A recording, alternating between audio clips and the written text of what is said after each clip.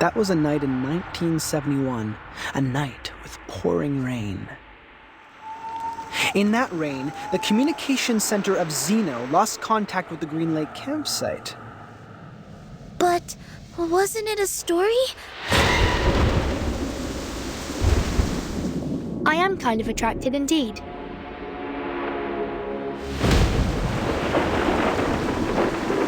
Staying here is really not a wise choice for you. It's our rights to stay here. You can't just expel us. Someone is passing messages to us through these notes.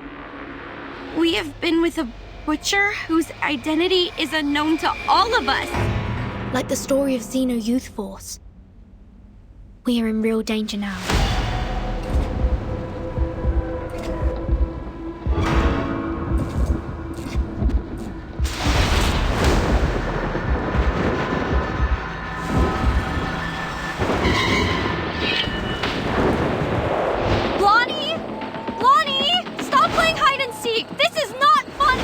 The critters are multiplying. Things are getting worse.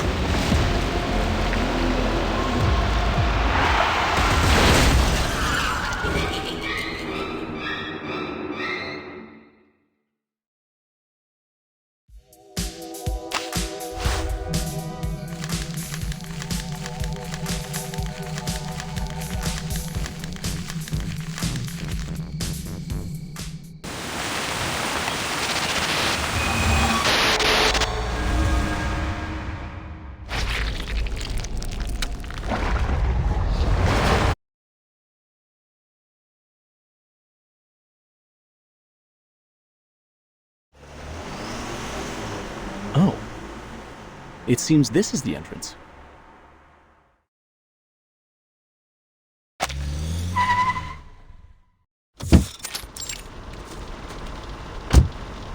Green Lake campsite. We are now at the Green Lake. Michael, a self-explanatory fool. He leads the life of a clown in front of his popular peers, like a companion animal to them. He has turned himself into one of those chattering, gong-holding monkeys, clowning around with a head filled with junk food, alcohol, and psychedelic potions. Green Lake campsite. I hope we can find a clean and vast lake here to swim, with or without a swimsuit. See my muscles? The young ladies will all crazily scream for these puppies. Ho, ho, ho! Ugh. Freddie, an athlete, captain of the school's rugby team, an ostentatious, self-centered, and annoying narcissist. He is in the prime of his life, a period which will be recalled repeatedly and eagerly decades later, like a drunk man obsessively licking the salt off the snacks. Damn, Freddie. For 1 second in your life, could you please stop thinking about taking your pants off? Jason, the young scholar. He is the teacher's favorite student.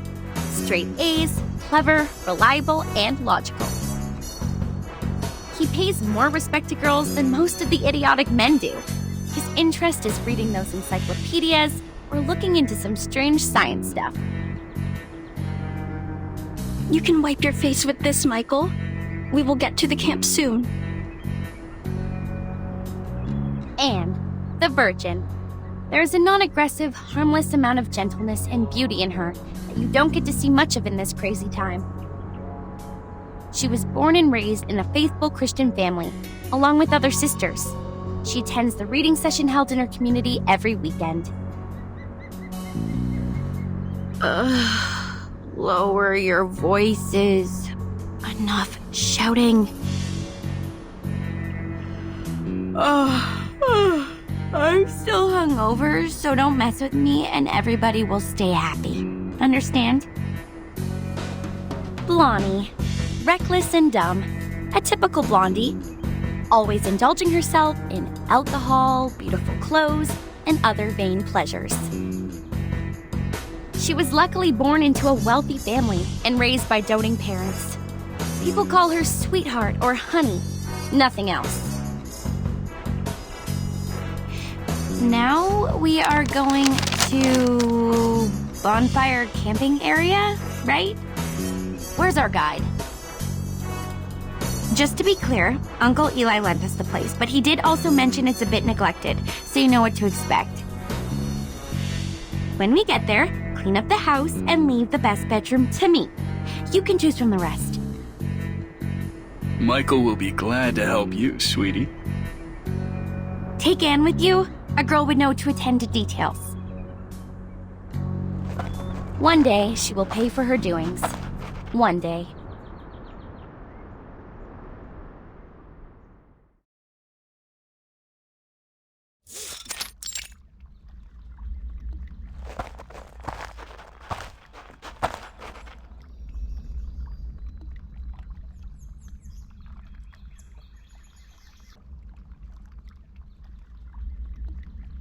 They were all dead. Their heads were hung at the treetop. It wasn't till a week later were they found by other campers. Murderer? No, there was no murderer. At least nobody has ever seen one. Some said it was done by a person who has long lost his humanity, that he was possessed by some demonic spirits and therefore immortal. Michael, you fool! Stop telling such a dumb story. Come maintain the bonfire, idiot. Oh, but I haven't finished the story. No, I mean, all right, on my way. Hey, do you guys smell anything? Something quite gross, like, putrid?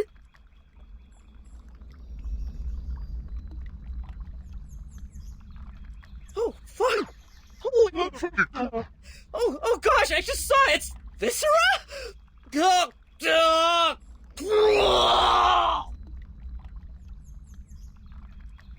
Jeez, F you! Don't throw up on me, Michael, you damn jerk! Ugh! Step back. This is a badger. Judging from the degree of putrefaction, it has died at least a week ago. Blondie, did your uncle mention any beasts living in the woods? Blondie? Oh my goodness. They sneaked away again. In this very moment. Well, I think so. She left with Freddy when Michael started puking.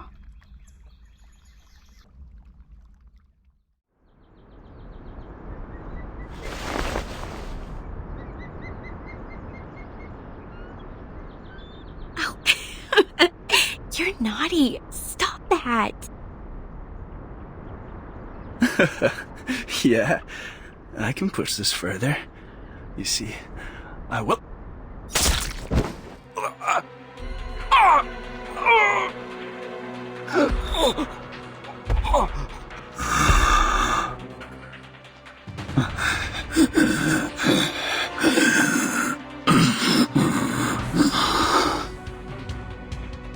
Help!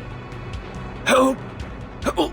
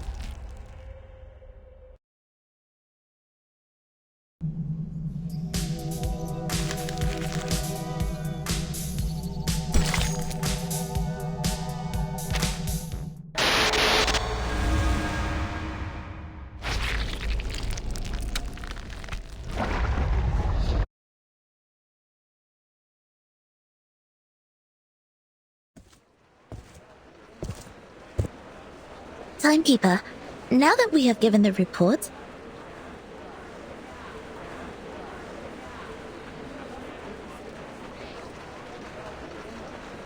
Madam Z said we won't have any other assignments for a while. It may be a little abrupt to ask, but I was wondering if you would like to take a heritage train ride with me.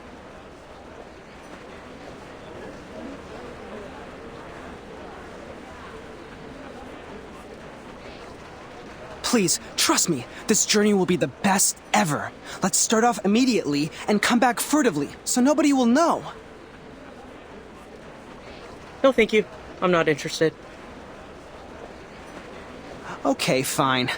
Oh, wait, Angie, do you want to travel? Let's start off immediately and come back furtively so nobody will know. I'm flattered you asked, but I'm leaving for assignment soon, so I'm not gonna make it. Really? That's a sad coincidence. I heard that you've worked so hard and have saved up so many unused leaves. You also have 2 days of outing permission.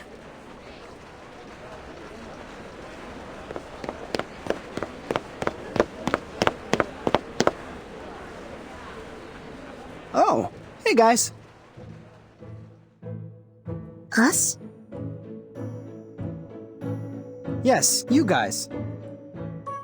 Our great Miss Timekeeper and her excellent assistant, Sonetto. Am I right?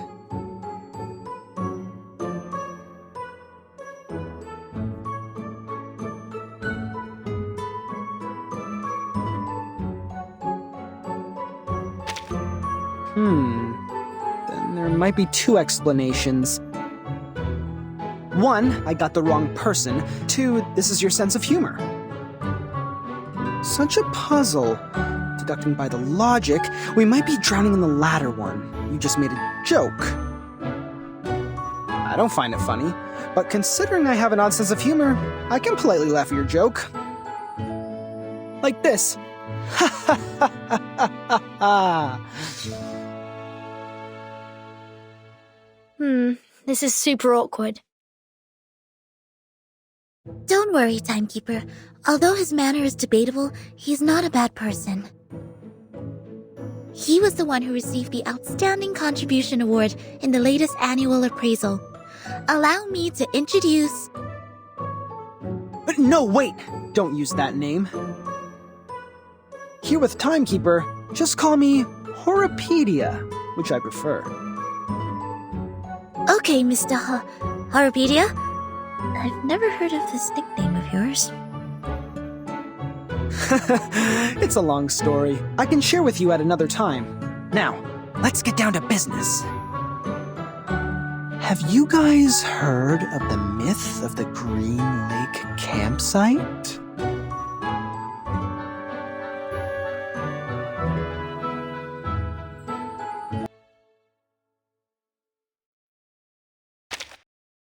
Yeah, it was me. Given that you didn't know me, I sent it anonymously. I don't see how these are correlated. Well, of course they are. An anonymous envelope better triggers curiosity. And you are the most inquisitive person I know. Didn't you worry that I might throw it away? Honestly, I did. So I wrote to another 13 people. Now I have 6 maps. But don't be upset. Yours is the most intact one, so I selected it. Thank you for your approval. A mystery solved. No wonder I found the handwriting on the envelope familiar. I did some research on Green Lake campsite after piecing together the map. It was the map of one of the training bases of Xeno. They used to train their youth force there in the early 60s and deserted that base in the early 70s. It had been under use even before it was abandoned. It was more of a Boy Scout camping site than a military training base. Exactly, Miss Sonetto. But this is the outdated version of the story now. This is not your fault. You haven't been in the headquarters for a long time, so you must have missed out on some first-hand information. Now, about the Green Lake campsite, we have some updates.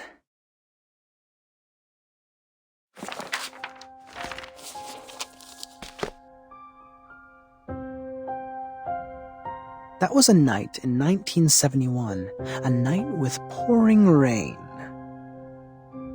Heavily and hastily, sheets of rain formed a barrier, isolating the woods from the outside world. In that rain, the communication center of Zeno lost contact with the Green Lake campsite. Was it normal rain? It was. Drops of water with dust falling from above. It didn't cause any illusions or unusual symptoms, but took away all the youth force stationed at the campsite. In the cabin they lived, people found clothes, blankets, even books left open on the table. What does not move or breathe stayed there as usual, but their owners, those living youngsters, disappeared from the woods like drops of dew under the sun. Since then, nobody has ever seen those youth force again. Zeno has not, nor Laplace, nor us. Green Lake Campsite has then become a ghastly and deserted land. Miss Sonetto, please put down your hands. They are hindering your ears from receiving information. You might then miss the climax. Thank you for the kind reminder. It was an unforgettable night. 3 months later, all the missing members of the youth force came back to Zeno. They carried the smell of fungi and moist air, stepping into their dorm without making any noise. They claimed that they just came back from a tough mission in the rainforest. No one knew what the mission was. No one knew which rainforest they referred to. The personality of all those kids have changed. The outgoing Bruno became speechless. The gentle Anna Queenie starts picking quarrels with others. They were not who they were, but no one could pin down the difference. Day after day, the smell of fungi and moist soil never disappeared. It lingered for 1 week, 2 weeks, 3 weeks. Till one night, grade 1 student Dries suddenly woke up from his dream. A muddy tentacle stretching out beneath his bed closed around his ankle and pulled him onto the floor. There, a face awaited him. A hideous face of a human-like creature with a bloody mouth.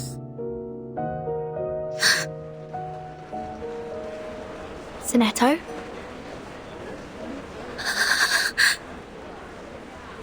Sonetto, easy. You're going to break your wand. I know. I was just a bit caught off guard. It has never come to my mind that such a bizarre event would take place within an official institution. Funny story, Mr. Horopedia. As an urban myth, however, the ending is way too clear and powerful. The element of drama ruins its authenticity. You're good at making stories. Next time you can be more meticulous. Huh? Zeno Armaments Academy. The best military talents training base at present. The members of Youth Force were relatively younger, with less combat experience and capability compared to those graduates. Still, they have received years of training as reserve soldiers. As we all know, Zeno would arm their youth force and the trainers with drill weapons for outings.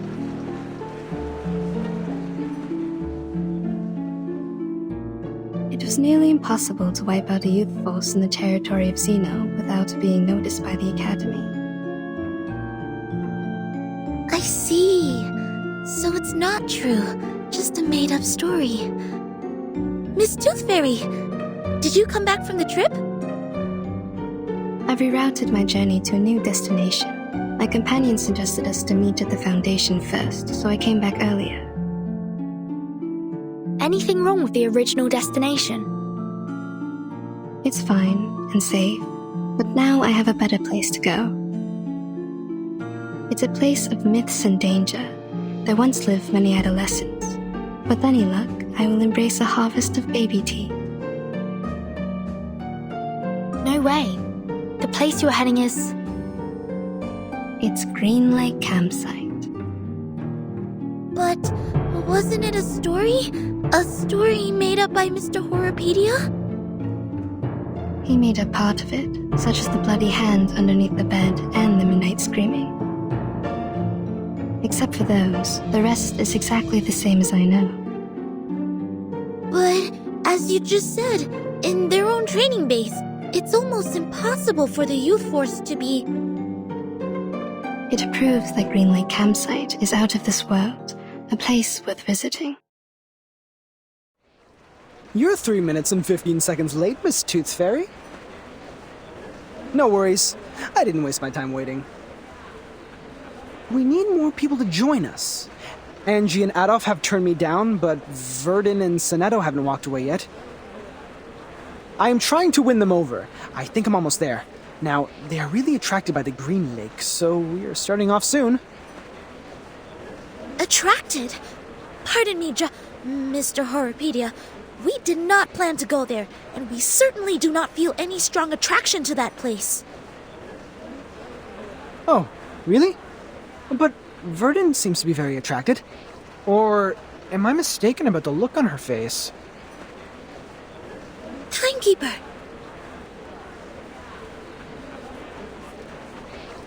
I am kind of attracted indeed. See that? I am right. I'm glad to see you in an adventurous spirit, Miss Burton.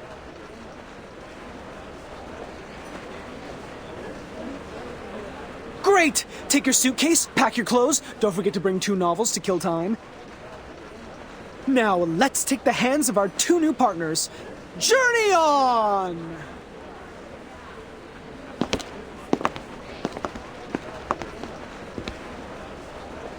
Please, wait a minute!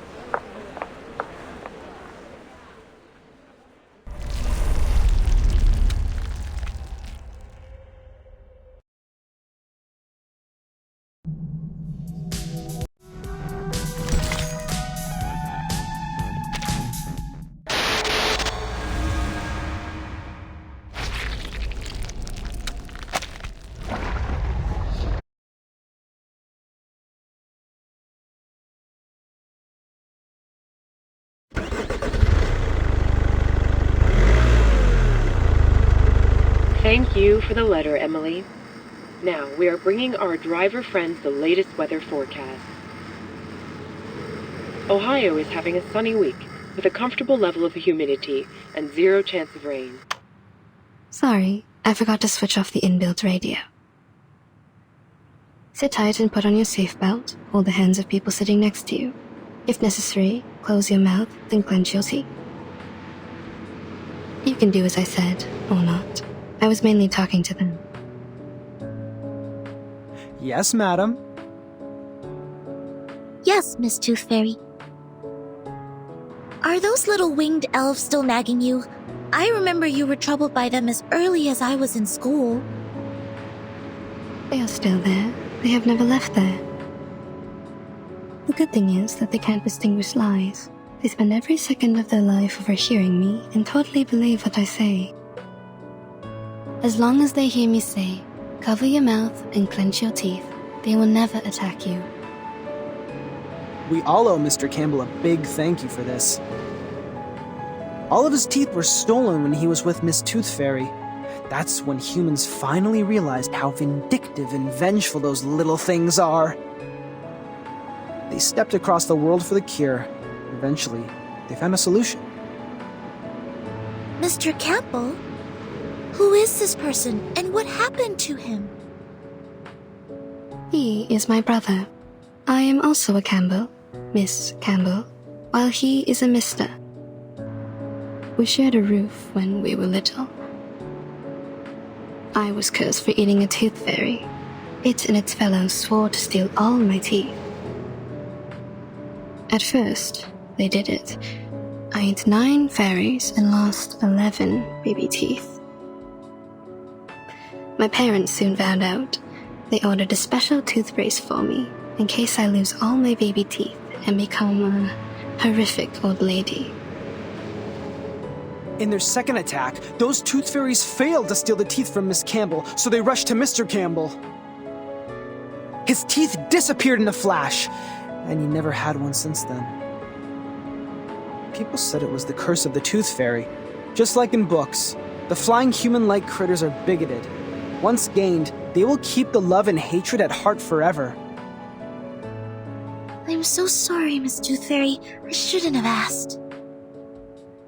Don't worry, sweetie. My brother now has his own teeth. He lives a stable life. The past is in the past. And I don't really think he was cursed. I've never heard the Tooth Fairy swore at him. Neither have I found any mark on him that can be detected by Arcanum. Instead of being cursed, what he suffered is more likely to be a congenitally missing tooth, a term defined in human medical science. I know that case. I just never thought Mr. Campbell lost his because of this. None of my classmates or instructors ever doubted the authenticity of such a curse when they gossip of such things. SPDM is a community of a bunch of young arcanists and several instructors. For those kids, a curse is more common than a disease diagnosed by human medical science. As a result, they neglected what they can't comprehend and only learned the story from a one-sided perspective. Soon enough, rumors started to spread. But that was a curse. A trouble that you can't easily shake off once you were put under. People could hardly forget that. If Tooth Fairies could curse his sister, they could also curse him. Everything came naturally. That was it. Kids were ignorant for lack of knowledge, yet adults were ignorant for their cognitive inertia. In a story where truth and falsity are mingled together, it is hard to tell which is which. After all, life is not a show. You won't have a narrator to warn you of the dangers ahead. Go away! Leave here! Careful!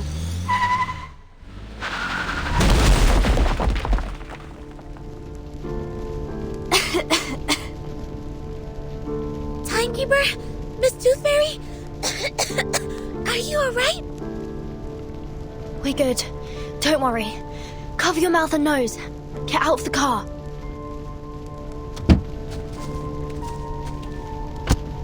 Is everyone okay? Did somebody get hurt? Timekeeper, you... Go away! Go! Go away! Get out of my woods!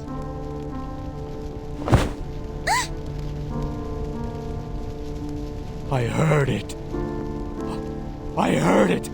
I've heard the gods' will. Oh, God. Oh, God. I will guide your children. I will guide them. Guide them away from the demons. From the land of demons.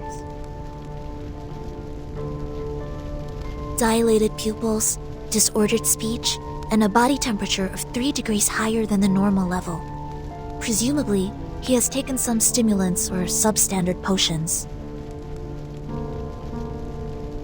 His sanity has been taken away. We need to knock him out.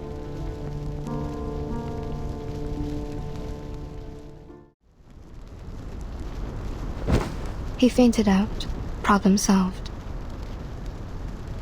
But my car broke down. We have to walk there.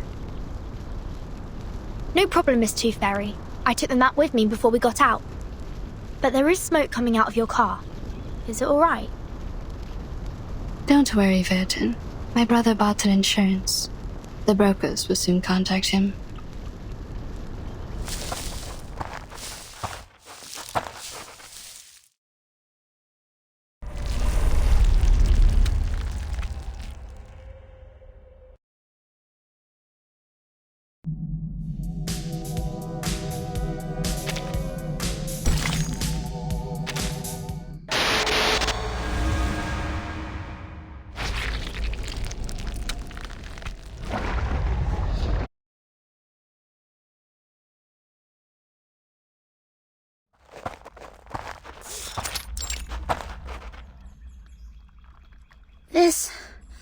This must be the camp.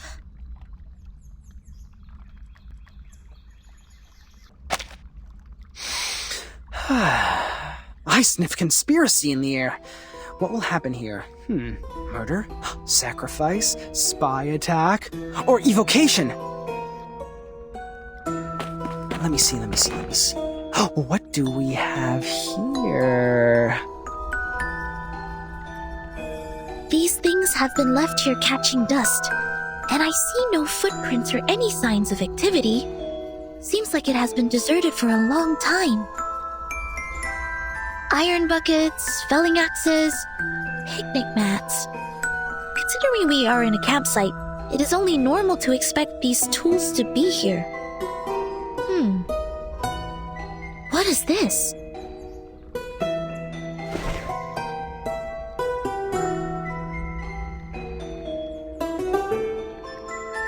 Anything?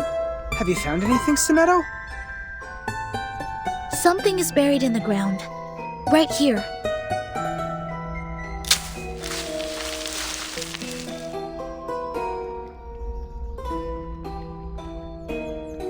A box? Made of iron or aluminum? It looks like a candy box. Judging from the rust, it has been buried here for 4 to 5 years. A kid's candy box? No, adults can love candies too.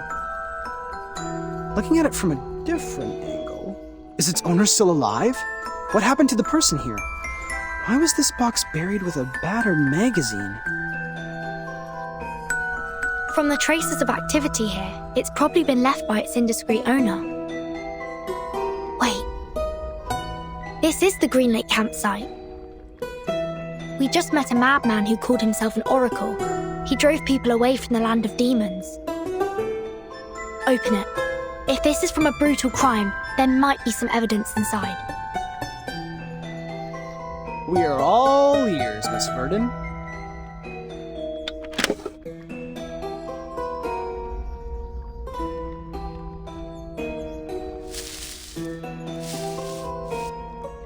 This is not a candy box. It is a pill box. Correction. It is an empty pill box. You're back, Miss Tooth Fairy. What did you find when you explored the campsite? Roughly the same as here. Near the woods, there's a place for firewood cutting. More traces left by critters can be found near the woods than here. I also found the teeth and claw marks of giant critter, as well as some excretion. That is to say, one gigantic critter inhabits here? If not more? Yes, that's why I came back here. Watch out for the critters. We may have stepped in their territory.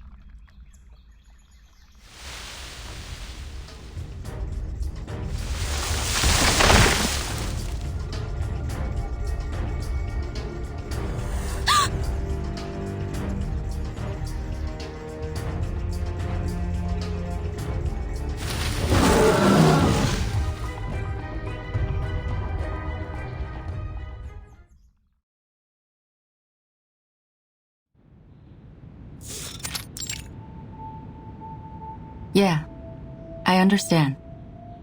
I'll tell them to be careful, yes. Thank you for your advice. Bye. Angie, come in.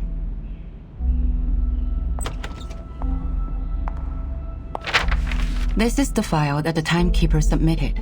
It's about the storm. Please hand it to the research department. Affirmative. I will bring it to them.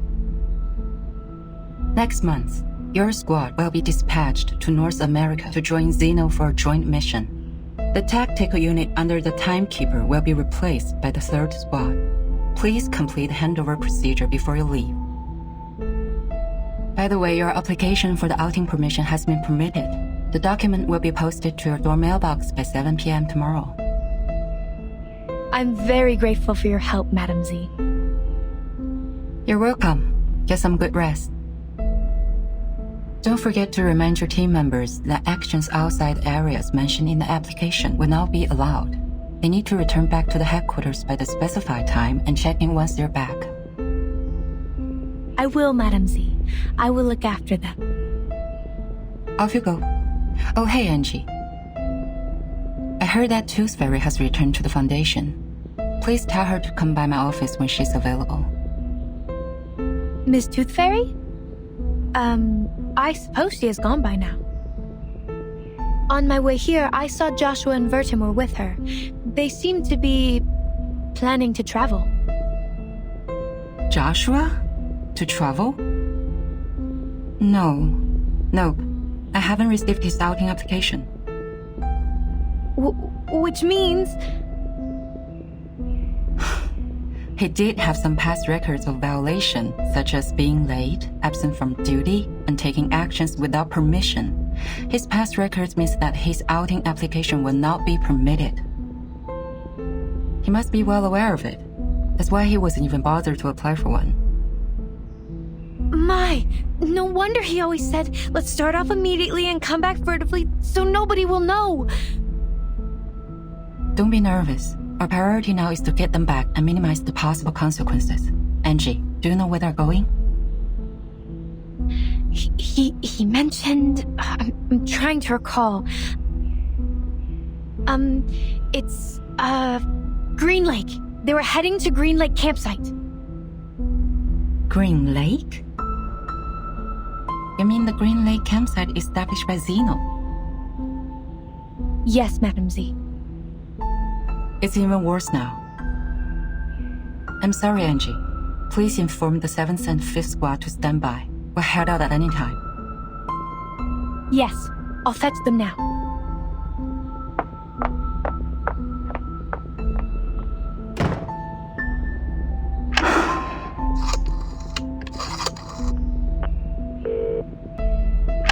Hello? Is it the Liaison Department of Zeno Armaments Academy? I am Z. Please put me through Lieutenant Banya.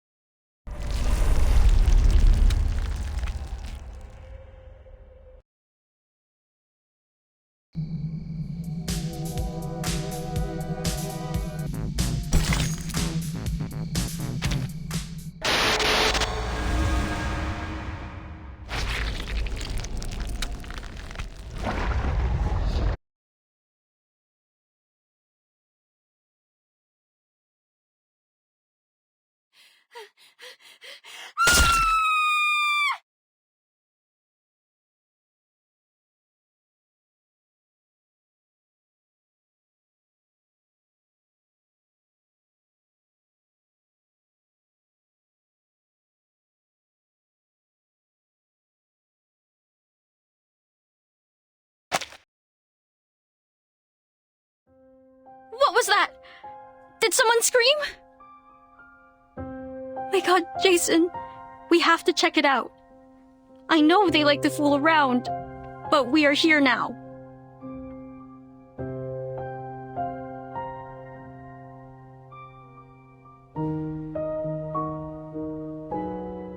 Michael, stay here and take a rest.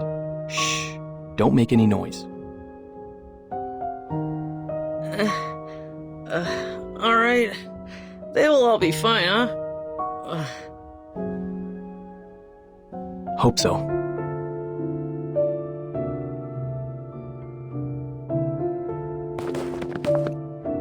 Blondie? Blondie? Stop playing hide and seek. This is not funny. Wait. Look over there.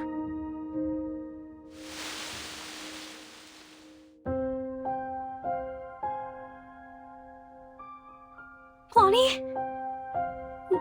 No. Freddy? Are you there? Not funny at all. Not cool. You two always like to spook people like this. I will not believe...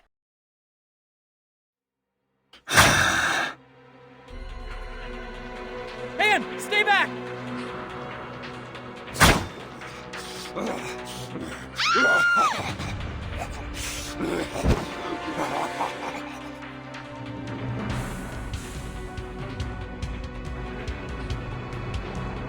What the hell was that?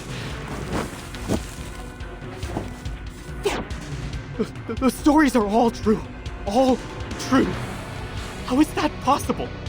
It is not in compliance with the laws of nature.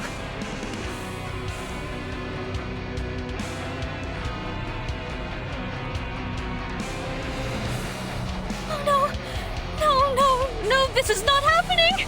Oh, Lord! No more crying, Anne. Stand up. Run! I will look out for you. Run! Both of them are dead! My God!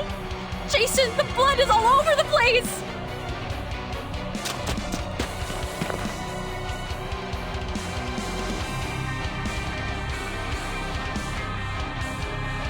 Don't think too much. Don't look back. Run! Speed up! Jason, head down!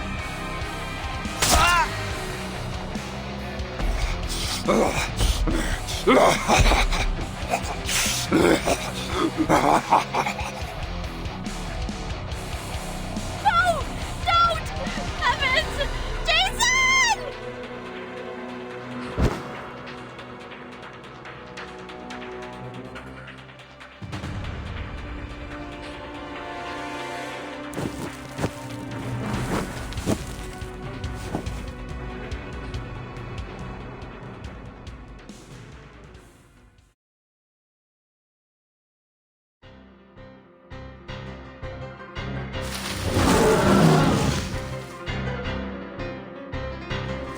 Damn it, it's catching up! It's moving too fast. I've never seen a critter this big. Not only the size, its strength and speed are also much enhanced from what we learned in the Arcane Creatures class.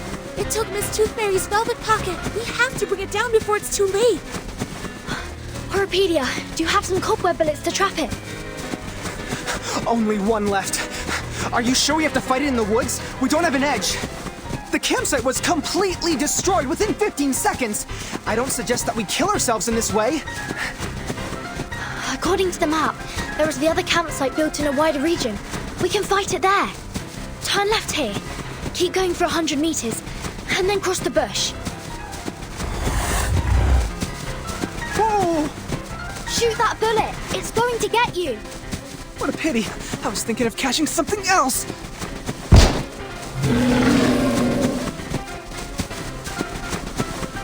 Excellent! It's trapped. The bush is right over there. Follow me. Let's speed up.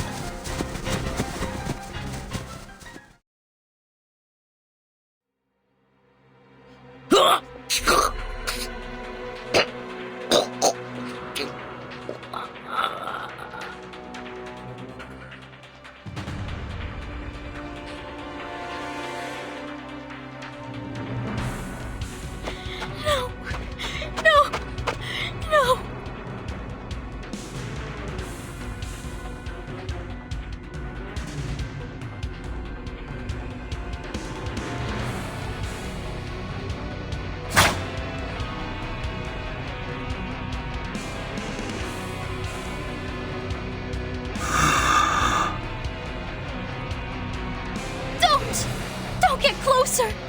No, don't! Wait! You people are...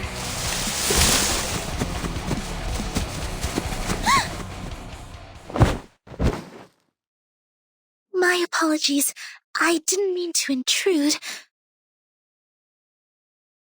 My God, what has happened here?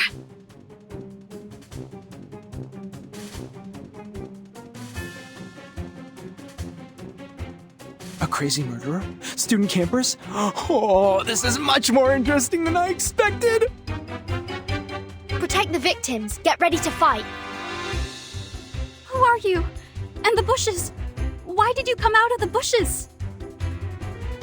Worry not, miss. Please get behind. You're safe with us. No, that's my friend. And they aren't... I understand. They deserve a decent funeral. After I take care of this demonic creature.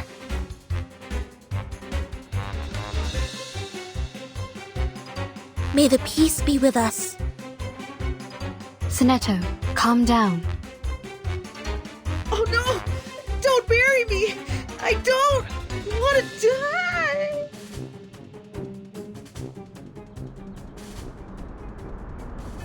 What?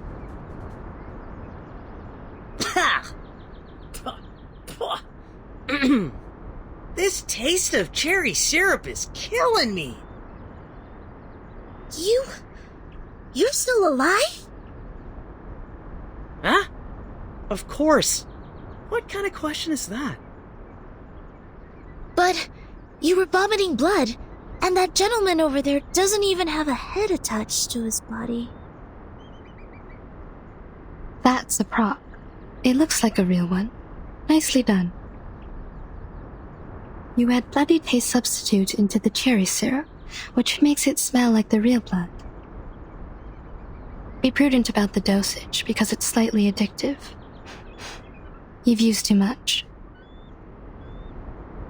What on earth is happening? This is a theater, or a filming site. These young people are busy with their business, while we just interrupted them. I'm Anne. Are you two the actress Jennifer recruited? I'm afraid I don't know this Jennifer you are referring to. My bad. She sometimes goes by the name Blondie. It was just me who always calls her Jennifer. Damn it, you idiots! Get your ass up! There's no way we can use this take!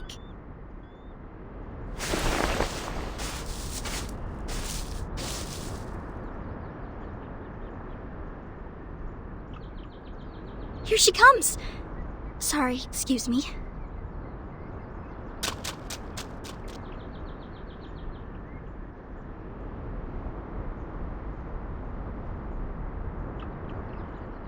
You! Who are you? Vertin.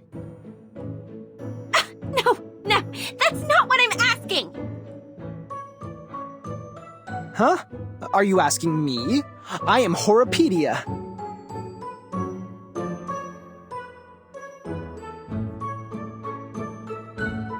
And you are...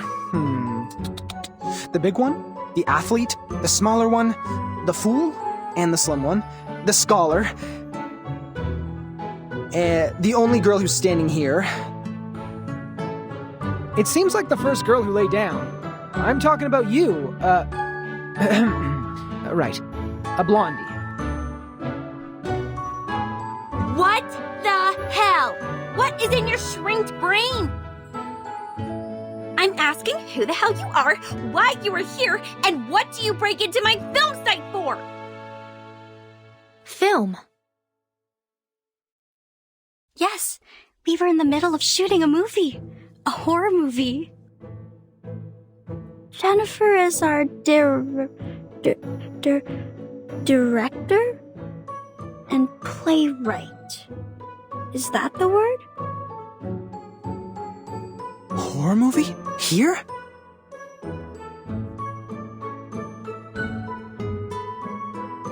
Where's your gear? What's the story? What's your business here? What? Aren't you confident enough? The gear is right here! In the script, too! Take a good look at it, smartass! Recorder CCD TR57? The latest version. A pretty one. It costs quite a lot and has many features. Optical camouflage outer shell, long standby time for operating independently, and hand gesture triggered flashlights and lighting adjustments. Wow. It's the first time to see a real one, other than those advertisements printed on magazines. What a coincidence. How do you use the flash? Hey! Wait! Take your hands off me!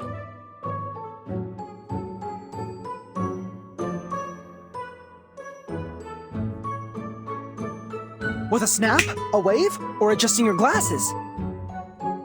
Or an applause? Let go of me! Ah ha ha ha! It's the applause! Now it's easier. Unbelievable. What the hell do you think you're doing? Piss off!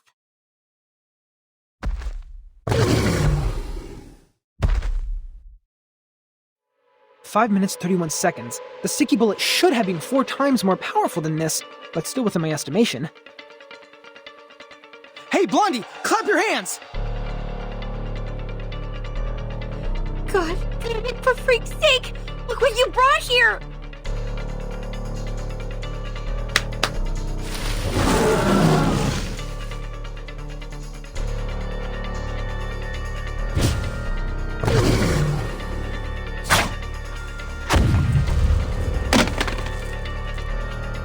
My camera!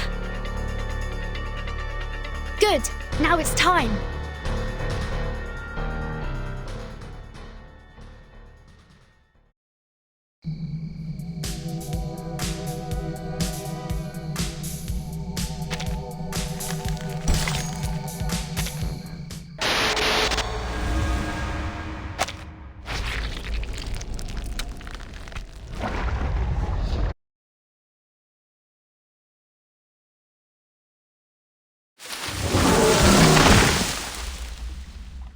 It escaped, taking my precious collection away. Now there's no way to follow it. The trees it pushed down have blocked the path. This would take us some time. That was definitely not your usual critter. Miss Tooth Fairy, what kind of traces did you find earlier?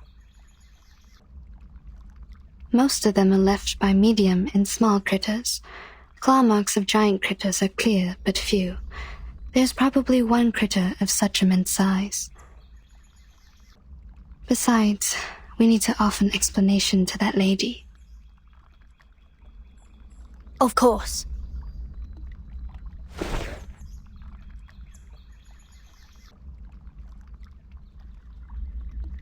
Why are you all staring at me? Do I have something on my face or my clothes?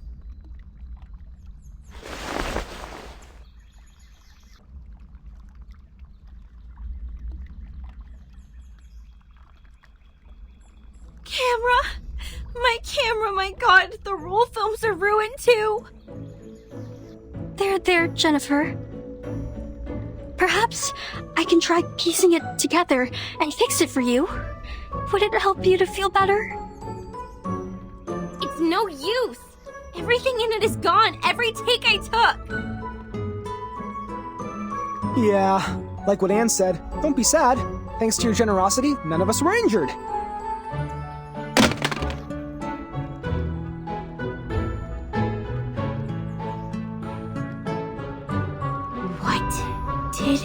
You just say?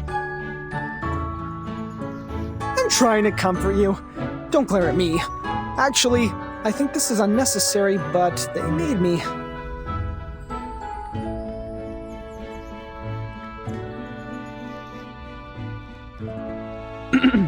See? Behind me. The girl with the hat and the girl in the white. Huh? Unnecessary? You think it's unnecessary? Do you have even the slightest idea of what you have destroyed?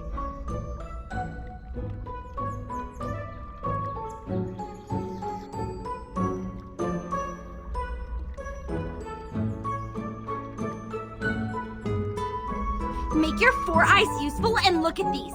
What do you think they are? All right, calm down. Let's be reasonable. If you were mad because of your movie, I am really sorry. But at that very moment, I thought our safety mattered the most. Also, I have good news for you. This recorder is meant for taking daily family videos. The clips taken by it aren't nearly enough to be called a movie.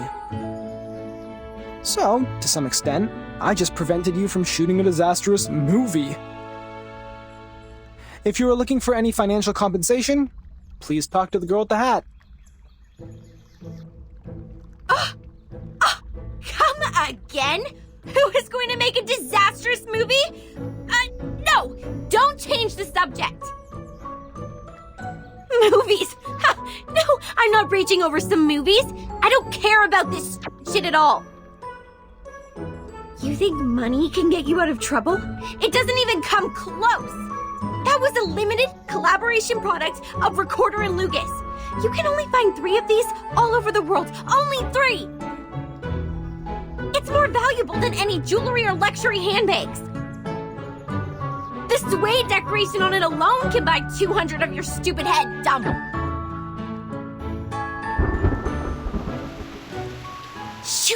my makeup! What are you sticking there for? Go clean the broken trunks and branches off the path. We have to get back to the cabin as soon as possible. I have no desire to catch a cold in the rain.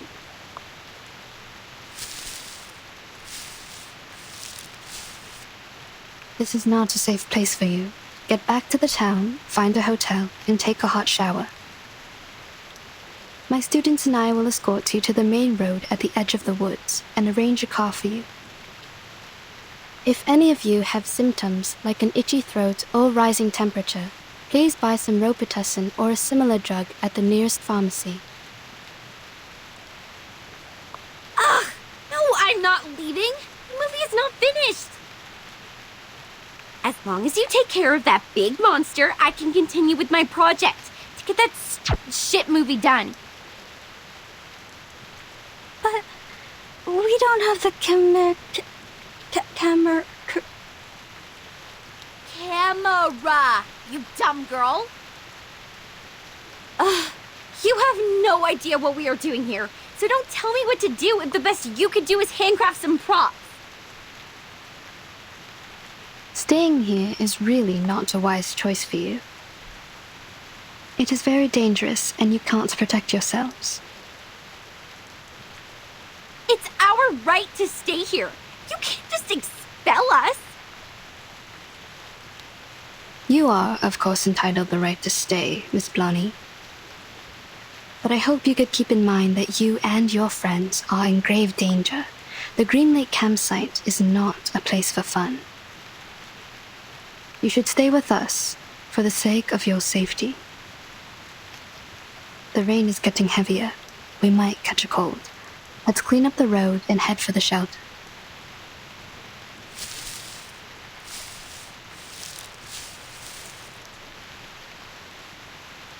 All this gibberish to scare us off. Come here, Freddy! Go into the campsite and see if you can find some axes for us. Kids, if you find any teeth, please pick them up and hand them to me. Hurry up, Freddy! I'm freezing!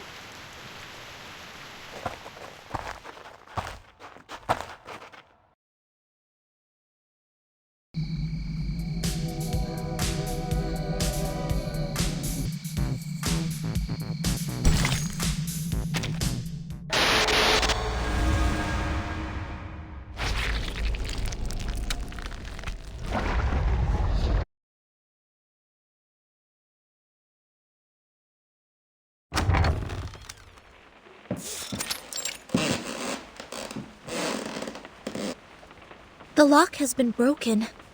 Those are bite marks from small critters. They might have nested inside.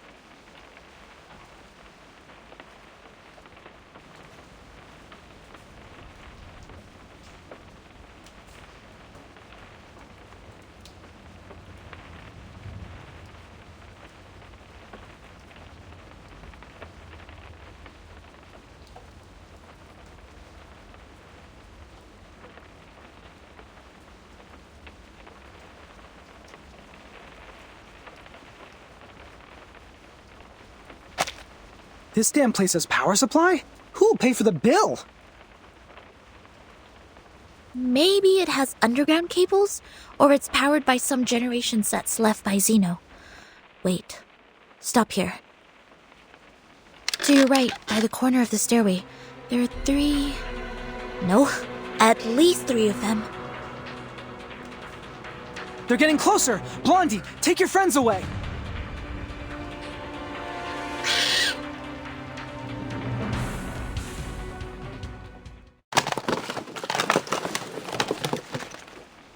Strange. I remember I left it here. Where's the camera? Are you looking for something? Perhaps I can help.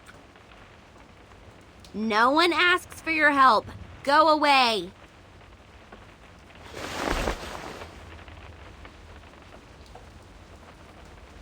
If you have nothing better to do, go clean the house up. I need a place to rest. Yes, sure, you must be tired. Don't worry, I will take care of it. Let me give you a hand, Anne. That'd be great! The tools are in the closet. This won't take us long.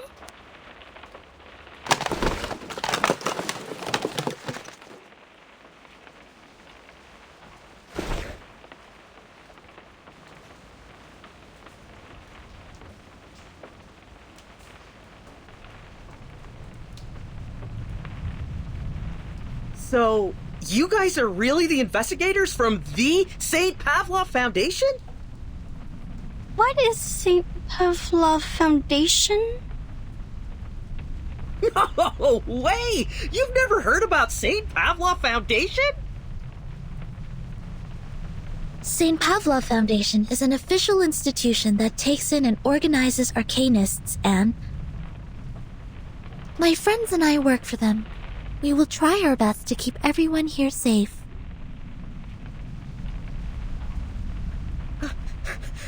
I've never met a real one. What do you guys normally do? Taking humans for subject research? Roaming around to snoop on the political parties? Are those stories true? Human subject research?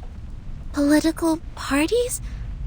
Pardon me, I don't follow you. We will never do harm to any human.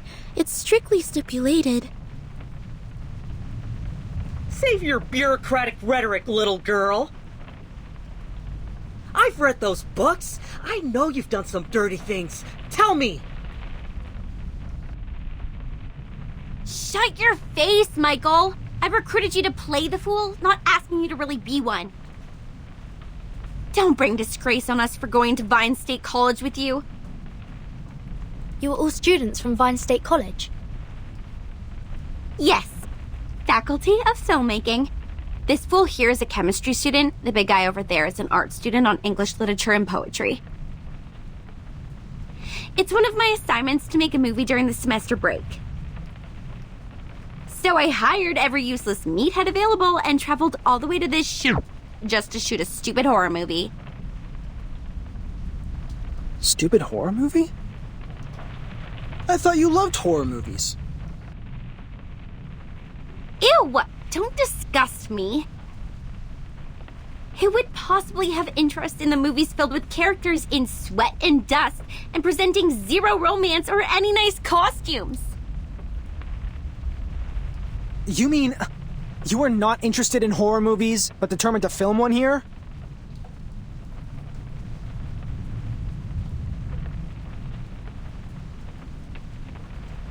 You tell me. They are cliched, meaningless, but easy to make.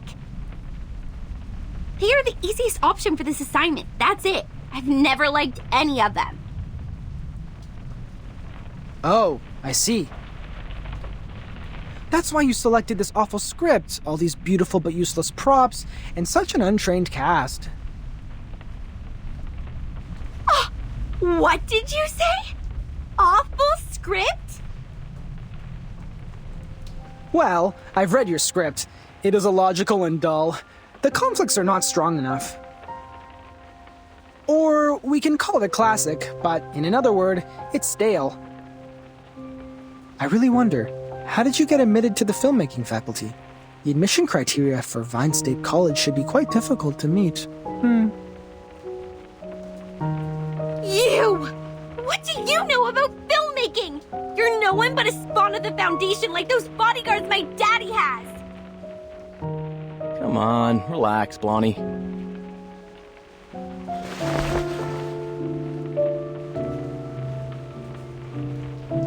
If your dad didn't sponsor the 2 library buildings, you would not be here studying filmmaking. And you look exactly like an arcanist when you get mad. Don't. It's not a good look. Say that again? Think you can take a punch from me? I'm not in a good mood today. I just lost a camera, so you can keep on pissing me off if life is being too good for you! Whoa. Normally you wouldn't be so mad over a little joke like this. Are you making a fuss now because your arcanist friends got your back? Jason, Jennifer's trying to finish a project. You shouldn't be mean to her. And Jennifer, please don't get into a fight with him. Isn't he your friend? I thought friends won't say hurtful words to each other. I don't understand. Is this the way people make friends in the outside world?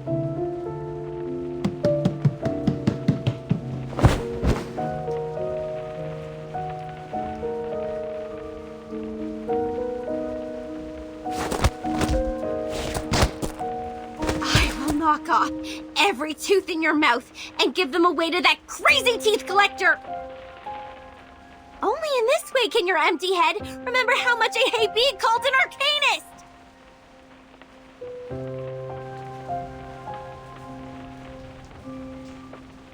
But you are always an arcanist. Although you've tried every means to be a human, it won't change your identity.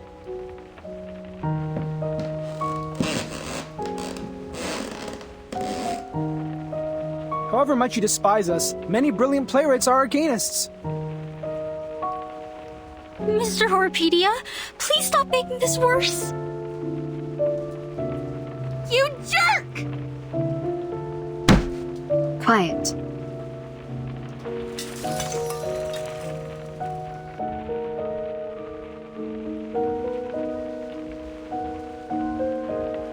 If you don't shut up now, I will shut you all up forever.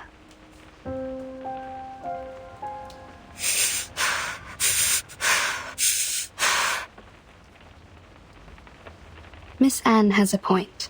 This is not how friends get along. Ladies and gentlemen, we are not here to fight. We need to cooperate. I don't expect you to love each other, but no more fights. I don't care whether you are arcanist or human. Now sit back on the sofa, everyone. I'm sorry, Miss Tooth Fairy. I'm sorry too. I should have stopped them.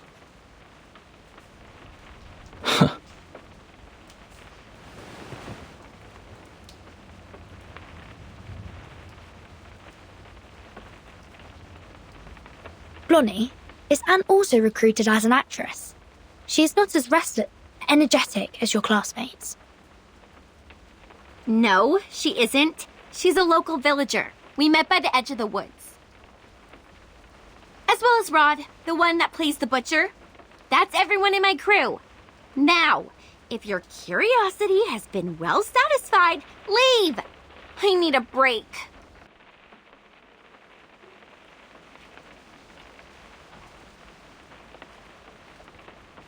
Sorry to interrupt you when you're not in a good mood. Actually, Rod didn't come here. He's hospitalized. Do you remember? He's not here? Then who played the butcher? Isn't he another actor you hired? Together with Anne in the town near the woods? No. I've never looked for any other actors. The only new actor I hired is Anne, because she looks almost like a twin to Anna, and Anna is absent because of her stomach flu. Oh, wait. Right. Anna is in hospital because of her stomach flu, which was a result of that toad bark stew she had with Rod. So, Rod was not in the car with us when we left. Holy Mother of God. That is... We've been with a butcher whose identity is unknown to all of us.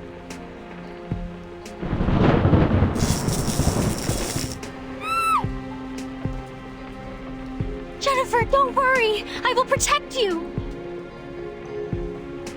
How is this possible? When did this place get so dark? What time is it now? Hey, Freddy, stop whining and take a look at the clock. Okay. Afternoon. 1 p.m.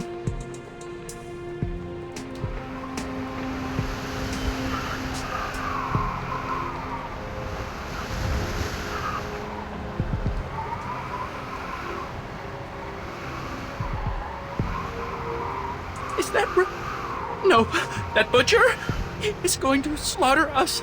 He is truly a cold-blooded murderer. Don't freak out, Freddy. A murderer is not someone you frequently meet. We're not shooting a horror movie. Actually, you are. A giant monster? A fake friend of yours? A sudden nightfall? Anything here not like a horror movie?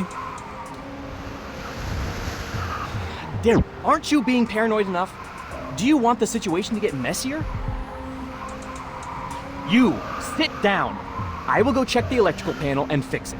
It will bring back the light and restore your sanity. Negative from me. Those who remain alone in a horror movie never end up safe and sound. If the butcher is really lingering outside the door, you will be his first blood. Although you are rude, impolite, and suspected of ancestry discrimination, I suggest you to take someone with you for the sake of your safety. Oh, back off, you troll!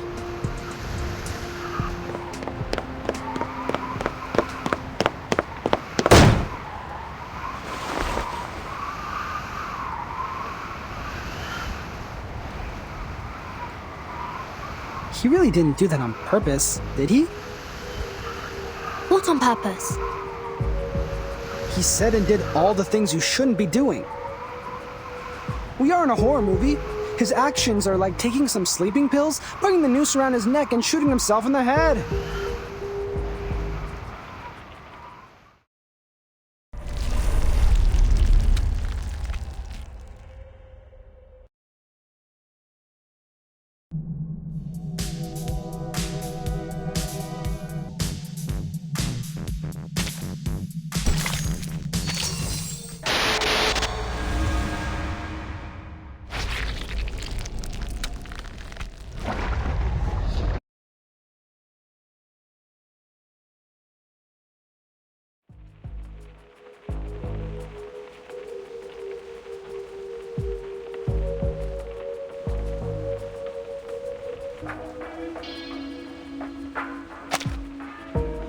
It has been 7 minutes and 25 seconds since our bro the Brave took the one-man mission.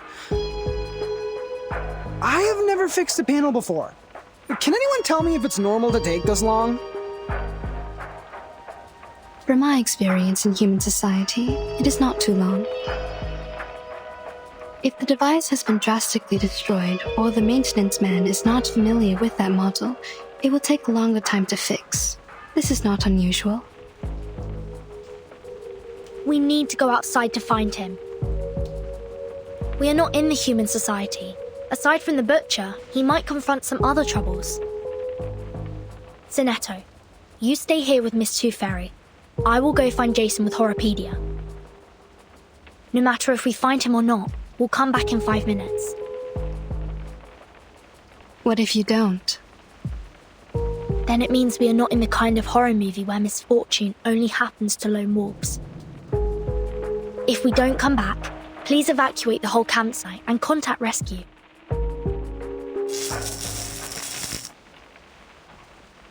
Jason? Yeah, it's Jason! He fixed the lights!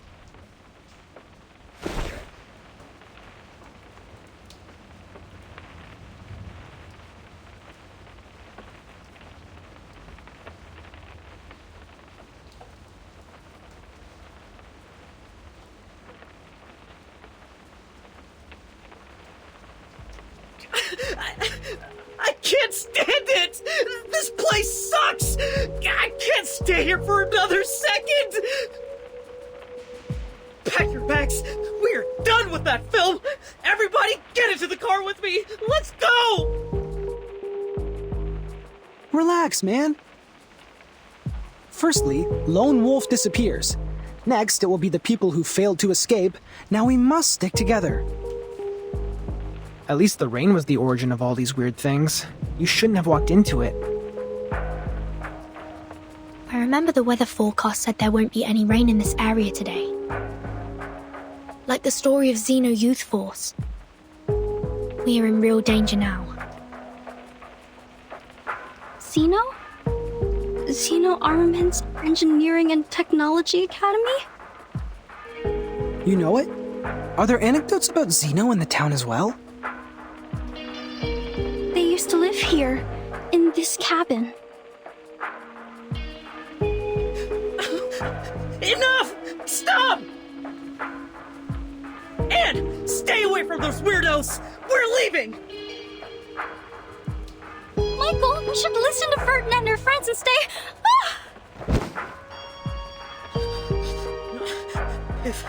If rot can be fake, this whole campsite can also be an entire illusion!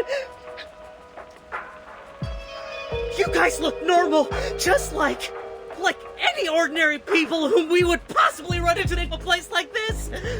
But then you will infiltrate.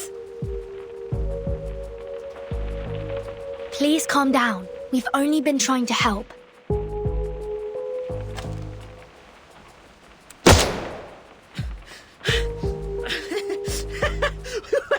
I won't be deceived anymore! I will shoot you! Stay away from me!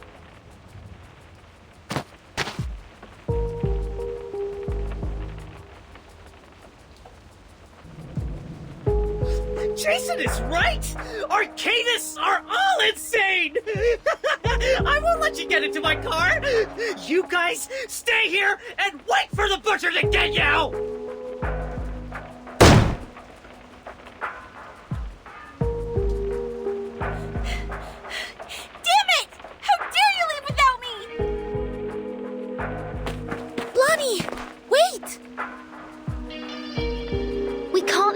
Like this. Hurry up!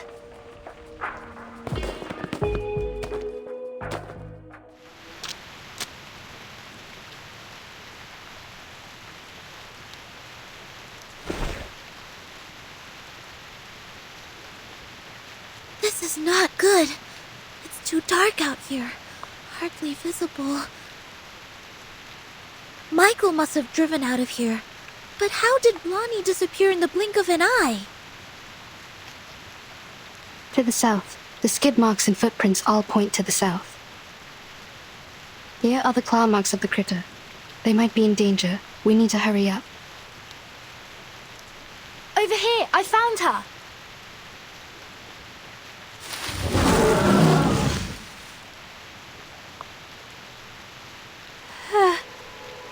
Oh. Blondie, please stay still. We're coming for you. Miss Tooth Fairy and Horopedia, please follow them. Sonetta and I will handle this. Be careful. This critter is very malicious. Use this if needed.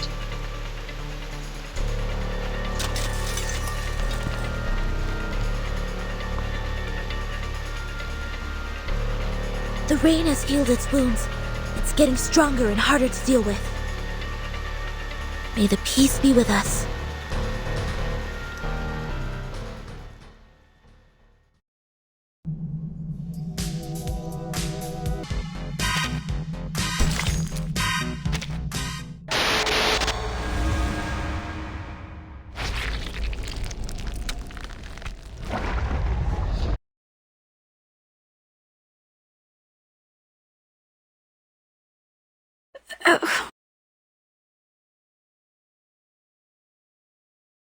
My head everywhere hurts.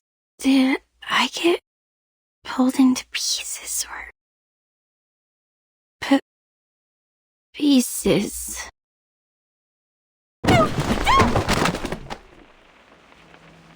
Lonnie, you're awake. I have just given you first aid for the wounds. For now, we will have to wait for Miss Tooth Fairy to administrate a thorough treatment when she comes back.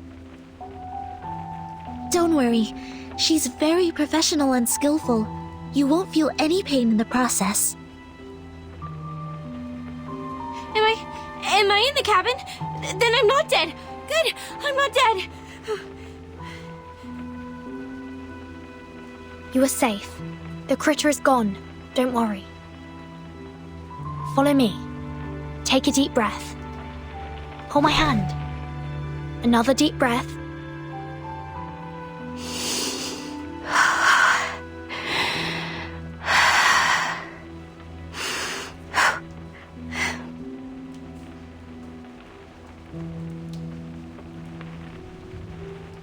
Do you feel better now?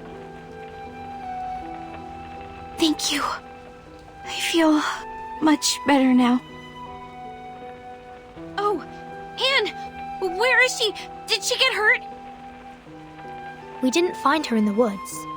Wasn't she in Michael's car? No, she wasn't. She jumped off. She saw me being attacked by the critter and jumped out from the side window. Oh no! The butcher! He must have taken Anne, must be with him. I saw him too. He was walking towards her. Just like what would happen in a horror movie. It's okay. Here, take my hand. We know where she is now. This is good. We will get her back safe and sound. Okay. I understand.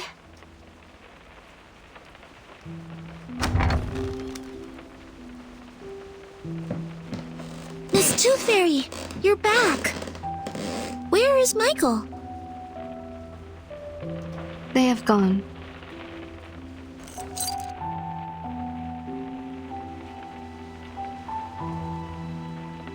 We are not able to catch up and intercept their car. It crashed on the edge of the woods in front of us. Crashed on the edge of the woods? What do you mean? I don't know either. The car was about to rush out of the woods, and then we heard a huge crushing sound. The front section was squeezed together, and the rear wheels were lifted in the air. And there was an explosion. Looks like the car was crashing into an invisible wall. It happened right in front of us, too quick and too astonishing. We got to the car. The fire caused by the explosion was being extinguished by the rain. We found no one but this key. Is it yours, Blonnie? No, never seen it before. I always have some decorations or a doll attached to the keychain. This one is rusty and too plain. It smells weird too, like dirt. Anything special? No, neither mark nor labels. We didn't find anything to match it in the car. First the lone wolf, then the people who failed to escape. Things are getting too complicated, but there's one thing that I am certain of. We are now caught in a dangerously and classically plotted horror movie.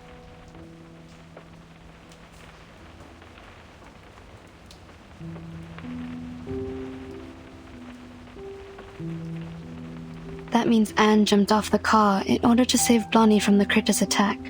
Then she got lost. According to Blonnie, the last thing she saw was the approaching butcher from the woods. She's in great danger. We must act swiftly to save her. Also, we need to turn this cabin into a security base for the upcoming battles. Horropedia and I will rescue Anne. He's a horror movie expert, and it will be of great help. In the meantime, you and Sonetto stay here to take care of Blonnie and to secure this room. I will take good care of her.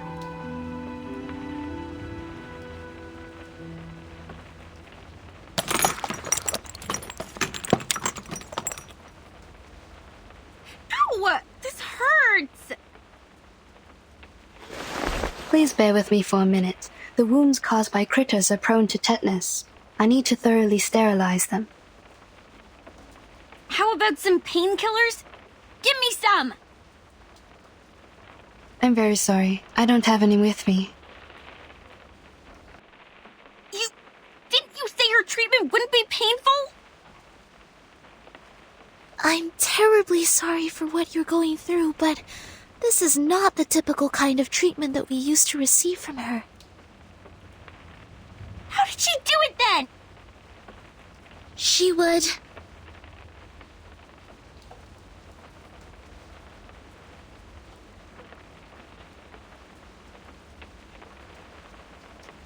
She would ask us to take the tooth fairies. That is, those golden elves in the glass jar.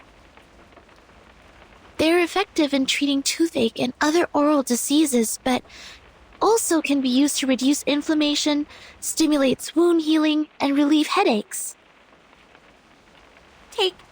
You mean to eat this? Yes. And it actually tastes pretty nice, like mint and flavored dried plum. It just looks a bit unconventional. You would go as far as to eat this Please, stretch your legs. I need to sterilize the inner thighs. Ow! Okay, fine. I will take that. Bring me the little elflings. Sorry, Blunny. You can't eat tooth fairies as a treatment. Why can't I? Of course I can. I will just put it in my mouth and swallow with my eyes closed. This is not about you. It is my own rule of treatment. I have specific treatments for humans and arcanists correspondingly. Through our contact so far, I got to know that you don't consider yourself as an arcanist, and that's why I will not treat you as one. Are you upset about what I said?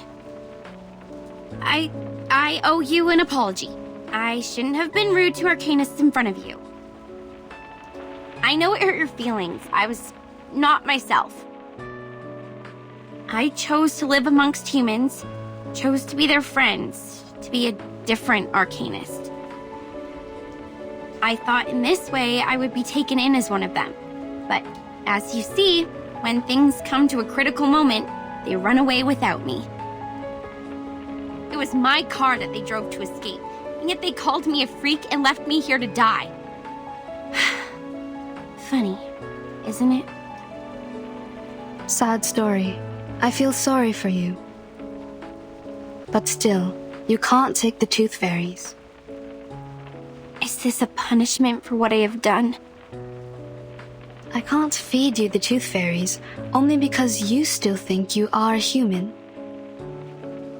You don't recognize the behavior of your human classmates, but still want to be on their side, and be one of them. Okay.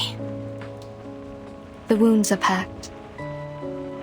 Already? I didn't feel a thing. I've applied carbuncle growth promoter. It will paralyze, sedate, and accelerate your cell regeneration. Your wounds will close up in 30 minutes. Isn't that a medicine for arcanists? It is a prescription approved by the medicine examination supervised by Campbell. In this case, it doesn't violate my rule. You could have applied this earlier and spared me the pain. I don't rely on painkillers. I am an excellent doctor. Minimizing patients' pain is of course my forte. When kids can't suppress their pain, I normally sing for them to ease their pain. You didn't sing for me. Was it because you didn't want to? Maybe. I confess, what you did and said at first was really annoying. Arcanists and humans always act as if they were of one merged entity, but we all know how lines have been drawn between their own people and the others. You grew up among humans, and you learned to look away from the truth as they did. Oh, but you do react better to the medicine for arcanists. Your blood is bringing you a good outcome. Look. In another half an hour, your wounds will be fully recovered. By then, you will be able to jump and run freely, as if you were never hurt. However you feel about your ancestry, it is helping you out. My wounds. A good outcome.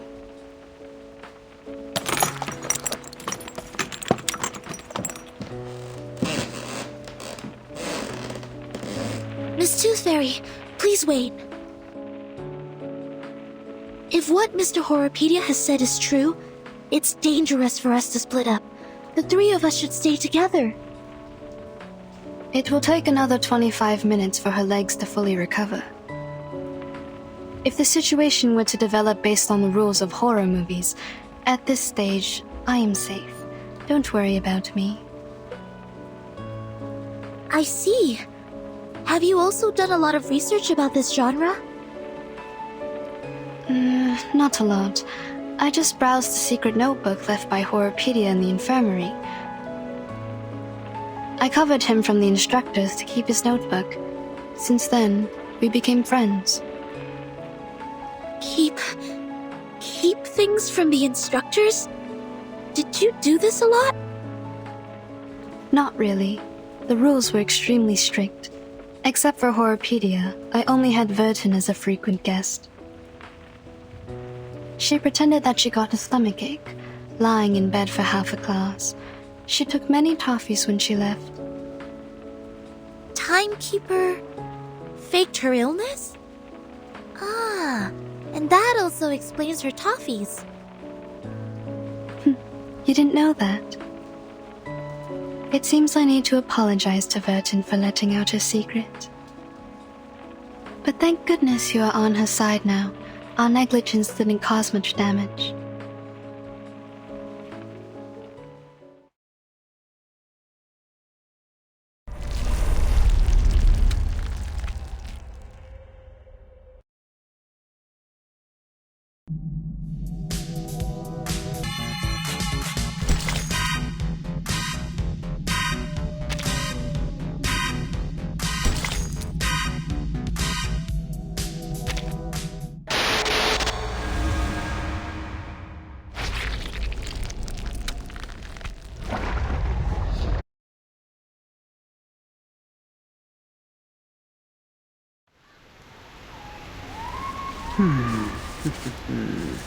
The last girl normally has 2 categories. Anna's the exemplar of the first kind. Pure, innocent, and mild like a virgin. The second kind is those cool girls. More condescending, erudite, and sophisticated. This category can easily tackle any difficulties and make sensible choices, like our Miss Tooth Fairy. They are all good girls, approved by society. Therefore, people reward them with the privilege to survive. The Critter's Claw and the Butcher's Cleaver will never hurt them or kill them. So what do you mean? I mean, please don't worry. Anne will be fine. She is safe. She is particularly safe before we die. But if we lose her, the probability of our death will go up, up, up, up, up, and up. Very comforting.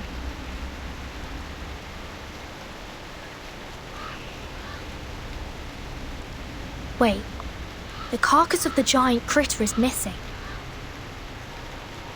Maybe it's not totally dead and has crawled back to its den? It was dead.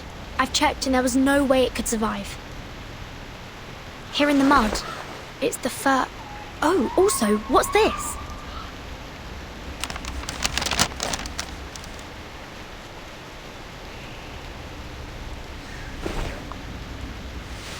A note? That's weird. Hey, look! It's the butcher's footprints! Let's follow it.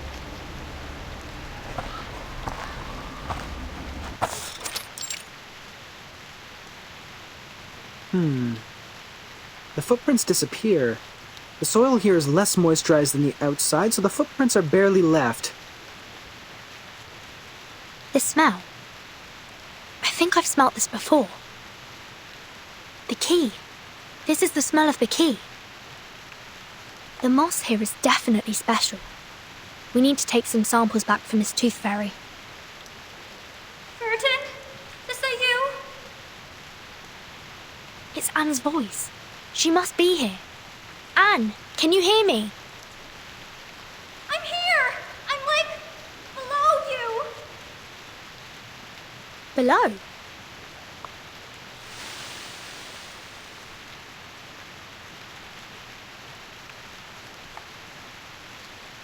The pit is deliberately dug.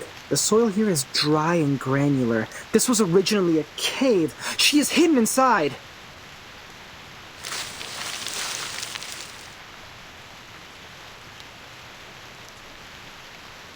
I see you.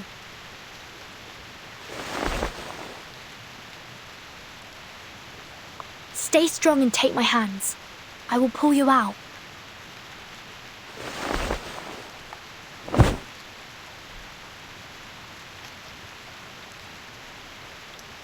God, thank you. I thought I would die in there. Where are the others? Are they all right?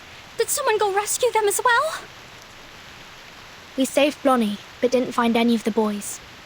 Don't worry, we will do our utmost to find them. Oh, this is good news. Jennifer is safe now. The butcher threw me into that pit and left. I don't know when he'd be back. Perhaps any time now.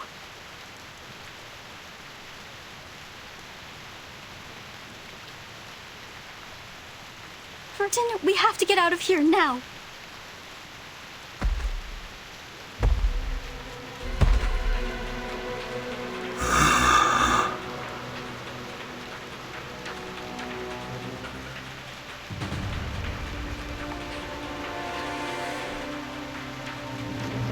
Just as the classic plot goes, this is the right timing.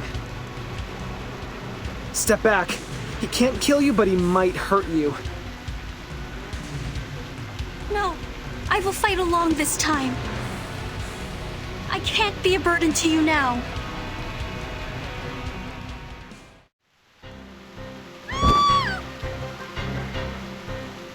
Run! Run away from him! Don't let him catch you!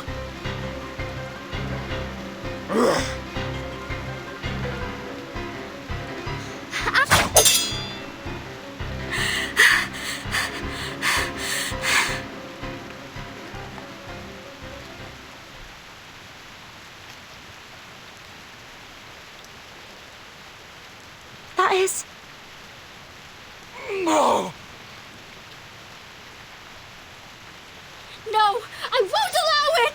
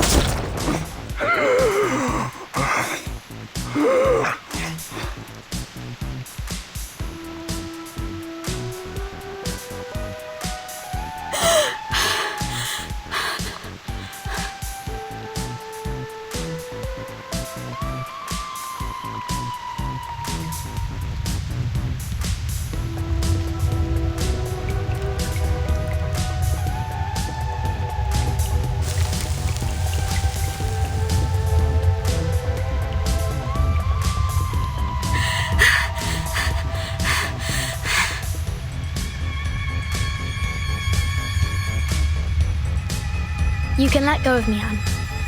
It's over. He disappeared. Oh, right. I know. Yeah, you defeated him. Like a marvelous miracle.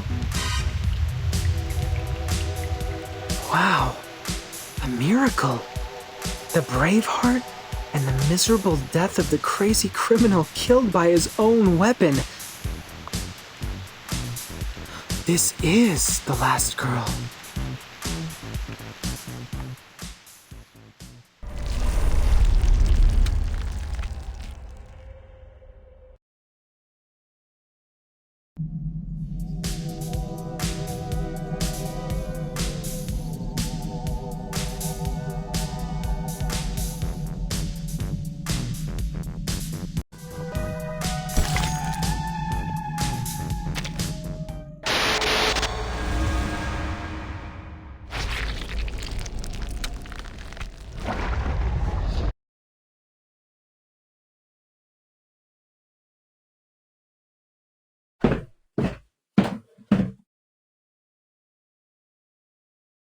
A warehouse filled with bizarre little items.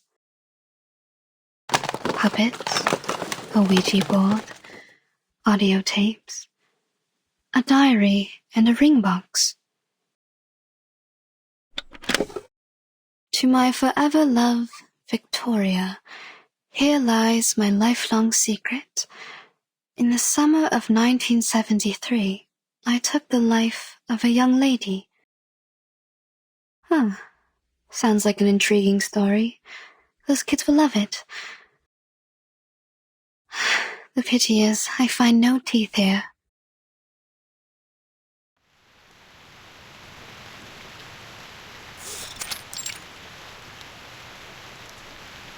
Good. That'd make another trap. The cabin is more safely secured now. Now, take these boards to the east side of the house. We need to have that direction covered as well. Damn it! What are you? Did you really draw this amount of strength and energy from this thin body? This is nothing compared to the training I received in the Foundation. Blondie, it is okay to rest on the chair over there if you're feeling fatigued. Leave this to me.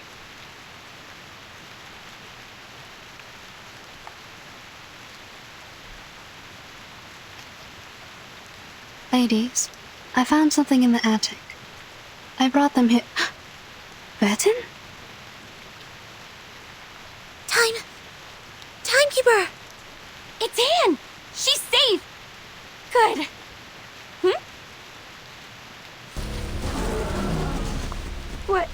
What's that behind her? I didn't know there's still an army stationing here. No, that's a cluster of monsters. Well, you can also call it an army. Awesome! How are we supposed to deal with them? We are so dead. I can't run any further. Good. They've set traps in front of the cabin. Sonetto! Activate the trap. Prepare to engage.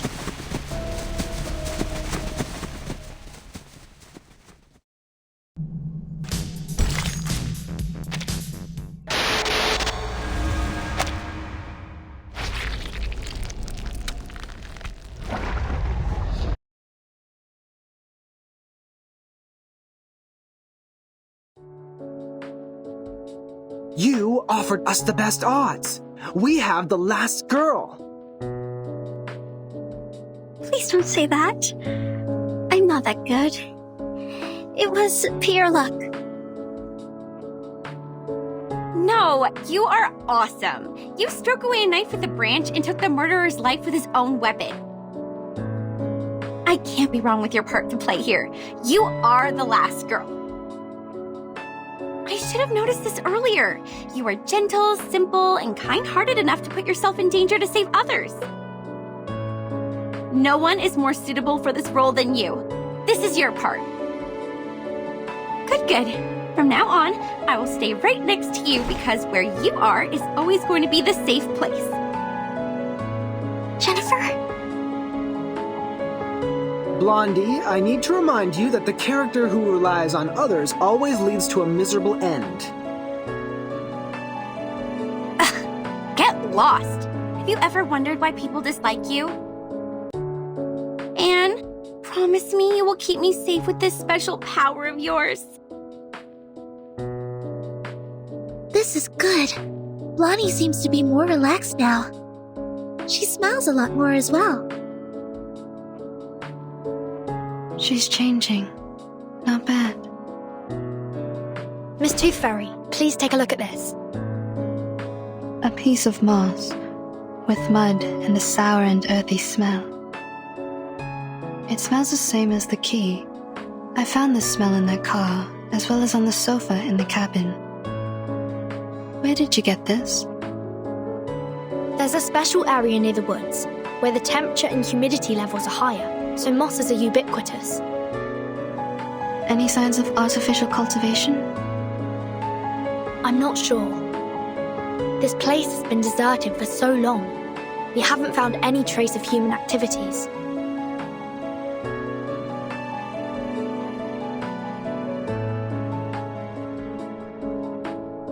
This is a potion. Like most moss-made potions, it paralyzes the central neural system of humans. The subject will become impulsive, confused, and mad. They permeated the whole campsite with the rain, taking away the sanity from Jason, Freddy, and Michael, like what would happen in a horror movie. No surprise. Ordinary people would never behave as foolish as the main characters in a horror movie. It said that a similar smell was also found on the Xeno Youth Force. Were they controlled by the moss here? Yes, the changes of personality can be one of the effects of the moss. So the moss not only affects humans, it also works on arcanists. What about us? Why haven't we been affected? Time. It takes time. Humans perceive the world through the use of reason. They are the creature of logic and senses. However, they soon lose their sanity when they meet insanity. Arcanists are not the same. We were born with chaotic, mixed emotions. Our innate sensitivity to feelings and potion resistance are stronger. The Xeno Youth Force stayed here for an adequately long period to be contaminated. It will also affect us when the time comes. Perhaps we have lost our minds without realizing it.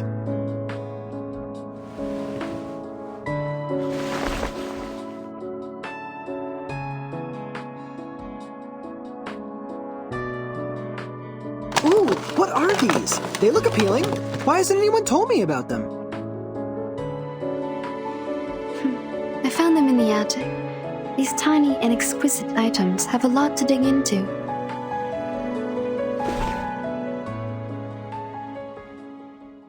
Pity, I still haven't found a tooth.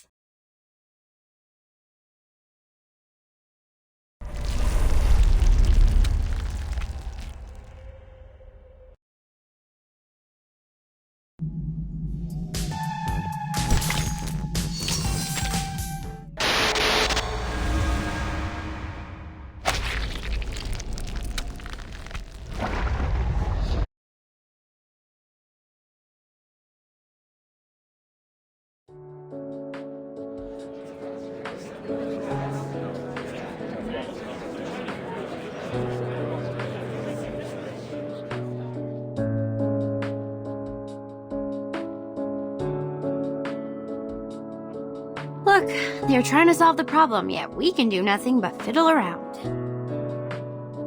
Maybe I should have worked harder in college, so that I can at least understand a thing or two from the conversations. Don't worry, Jennifer. I don't understand any of what they said either. You are not alone. I'm here with you. I'm not like you. You literally don't know anything. I remember when we first met, you asked if everything I had on me. You grew up here, in a small town in the middle of nowhere. It's only normal that you don't know anything about the outside world. But I'm different. I've been to big cities, I've gone to college, I've read books, I pretended to be well adapted to this lifestyle. But in fact, I'm still ignorant, knowing nothing but empty pleasures. My hair color gives away who I am. I'm a silly blondie. Don't speak of yourself like this, Jennifer.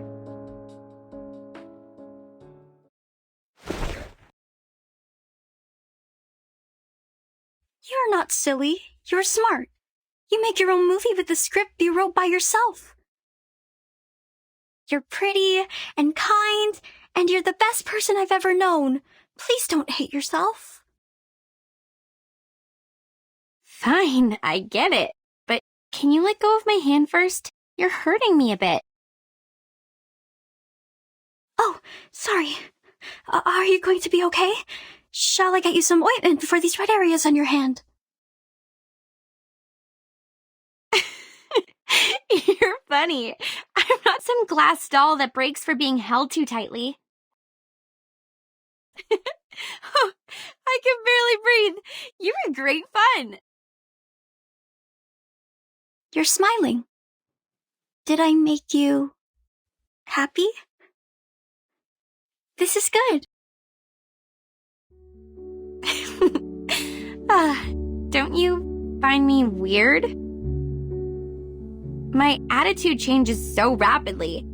I've been mean to you for a long time, and all of a sudden I start to follow you around and try to use you to survive from this.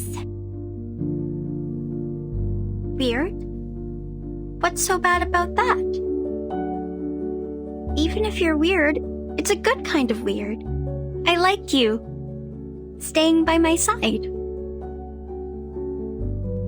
Even if I'm a benefit-driven fence-sitter who immediately embraced Arcanist after being ditched by my human friends? Jason and Michael shouldn't hate you if they knew you better.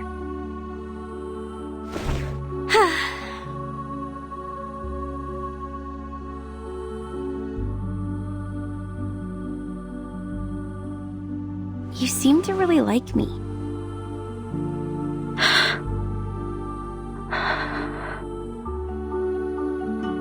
You would jump off the car to rescue me. You protect me, praise me. You would even be happy because I was happy. Because I've never seen anyone as pretty as you are. You're special. You're different to the rest of us. Oh, stop. I'll not be embarrassed for these nice things you said about me. I've heard enough of them throughout my entire life. Listen, I'm very sorry for mistreating you, and I'm grateful that you came to save me. I will reward you with a secret. My secret. Do you want to hear it? Absolutely.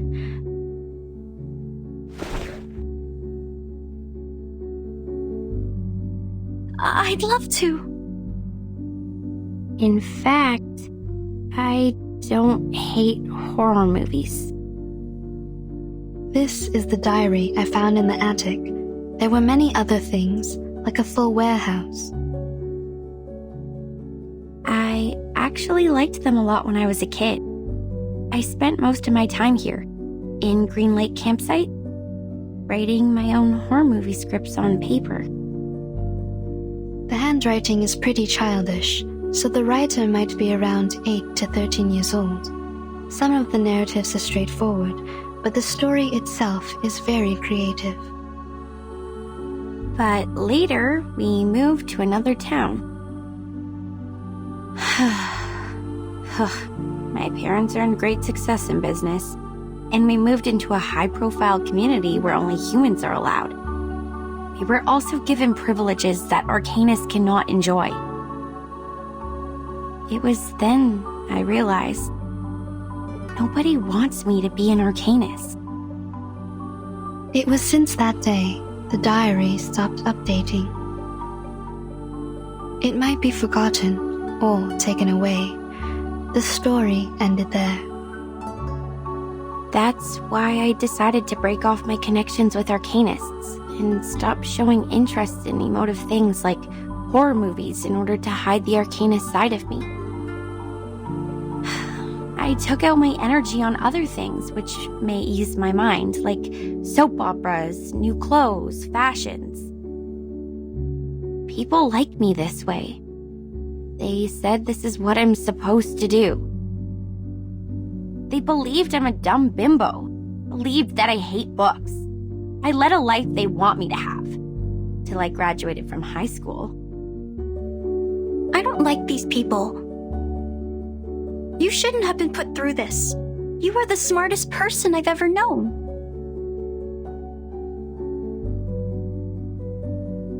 If one day I run into them, I will pull their noses and mouths off, like this. A wonderful idea. I wish I was as creative as you are.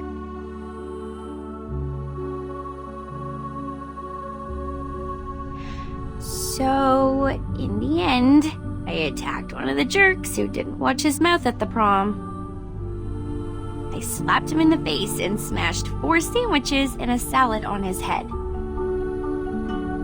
Then, feeling resentful for what had happened, I applied for a degree in filmmaking, a course which was considered to be ill-fitted to me, and next I start shooting horror movies for an assignment I have to finish.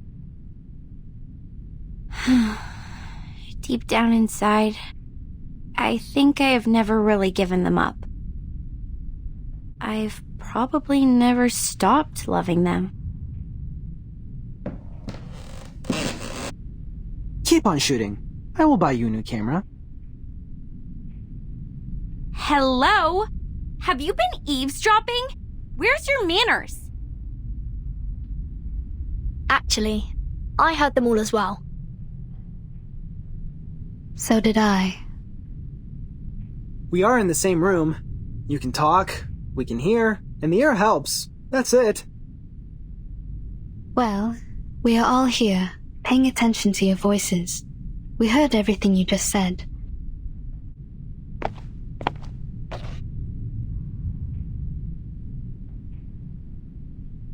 I think this is yours. Now I should hand it back to you. Where did you find it? I haven't seen this for a really long time.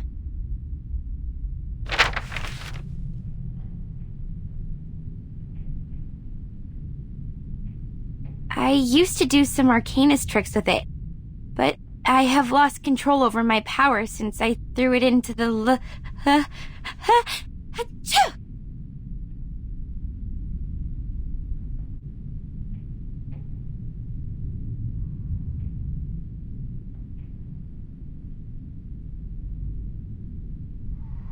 Aren't you guys cold? How come it's so chilly?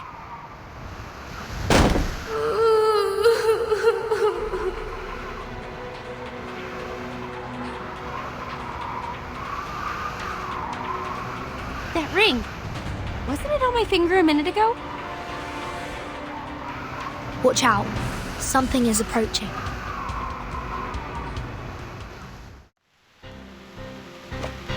How many more dead men were buried here? I've had enough.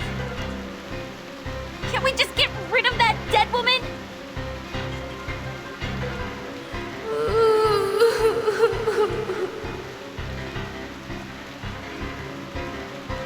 She's approaching. This is a good chance to... Ugh! She smells like a skunk in the sewer. Blondie! The ghost bride took her down. We need to help her.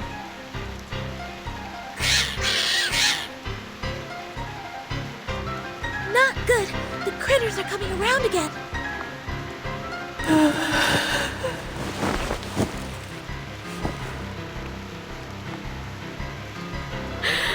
I do.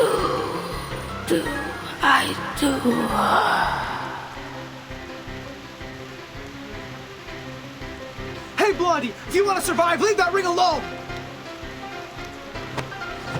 Hell, you think I wanted this? This crazy woman ghost put it on me! Get off! Get off!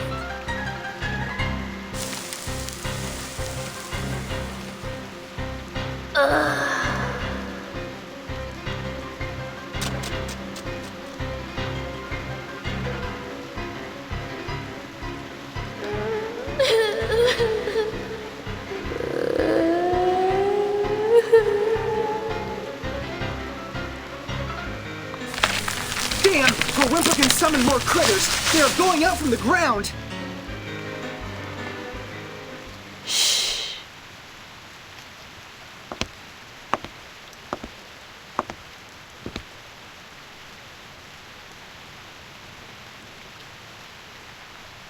What they need is a song.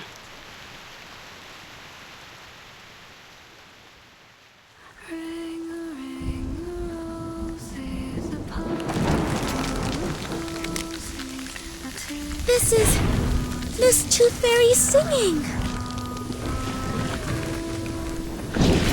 Miss Tooth Fairy, behind you! Jeez, what on earth is that? What is it, do you think? Of course! A good surprise!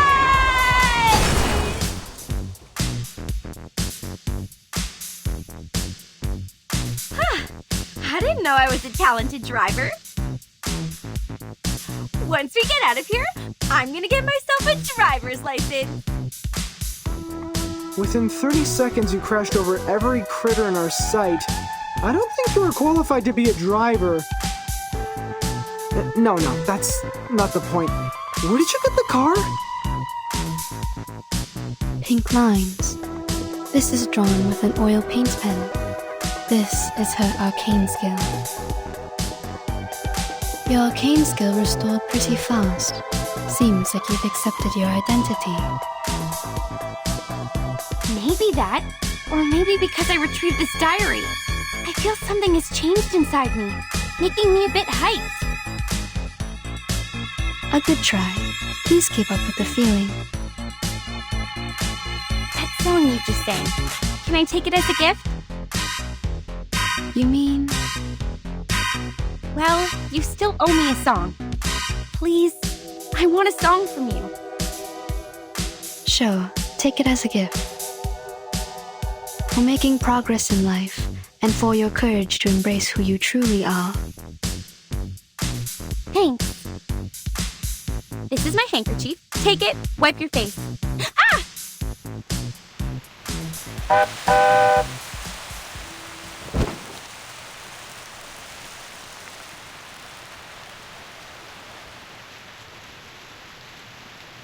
Did you just get a bit woozy from putting up a big scene to the rescue?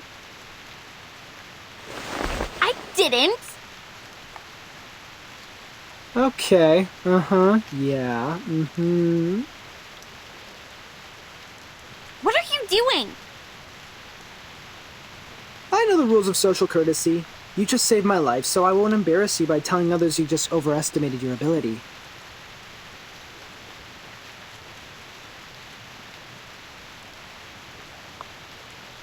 If you're willing to take advice from me, I would say don't overburden yourself.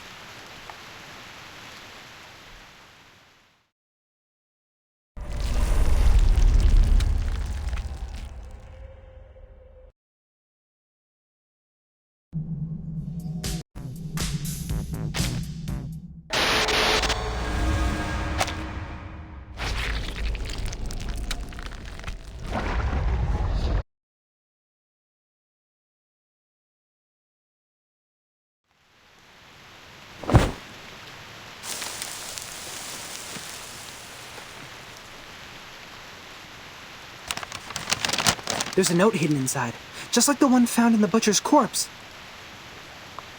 Someone is passing messages to us through these notes. If we defeat more monsters, we will get a clearer picture of what's happened at Green Lake Campsite. This is the all-time favorite trick of the plotter. He takes the whole situation under control, playfully teases the innocent participants like us, through which he gains a special sense of fulfillment. But we have our means to cope with it.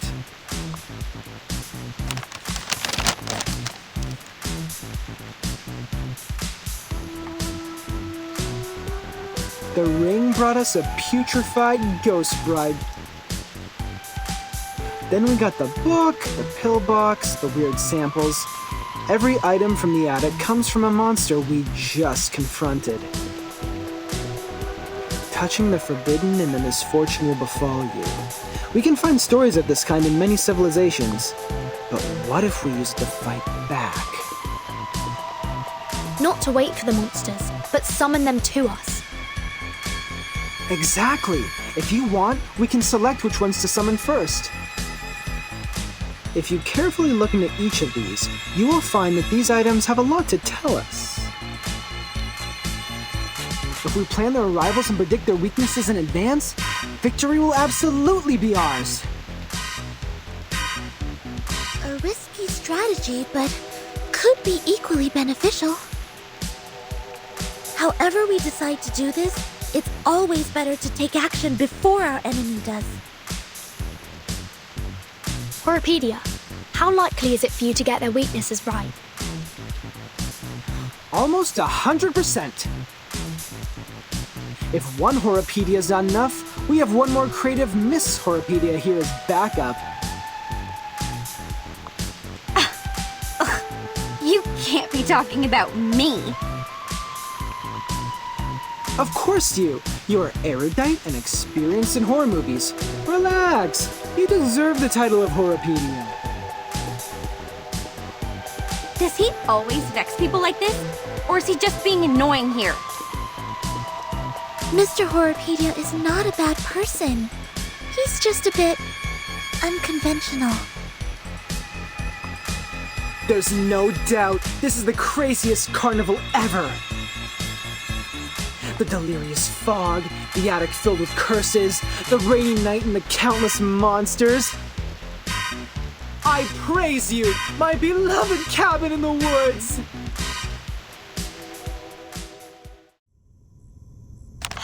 Good.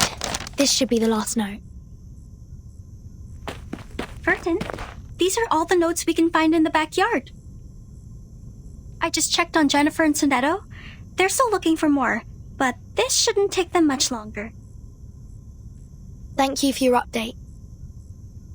Except that... Burton, can I ask you a question? Sure, please. Do you have any wishes? Big ones, small ones, hilarious ones, or sincere ones? Any wishes? Me?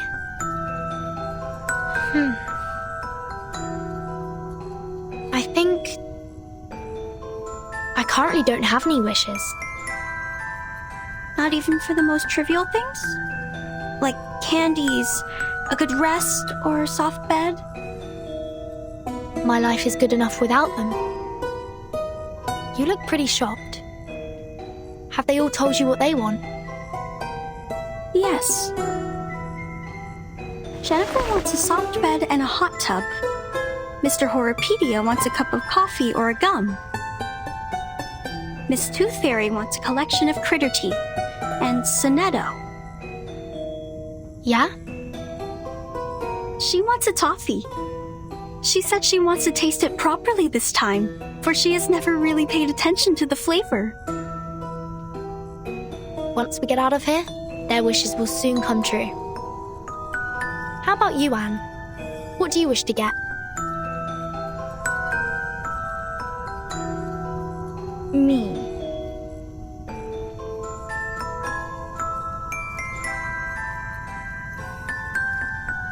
It is a secret. I can't tell you now.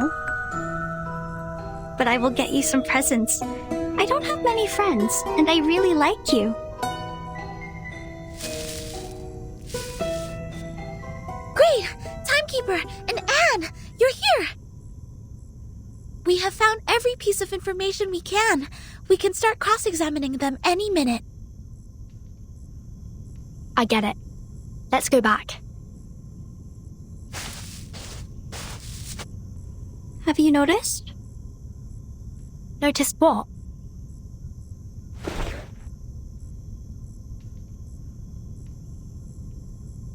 That the rain has stopped.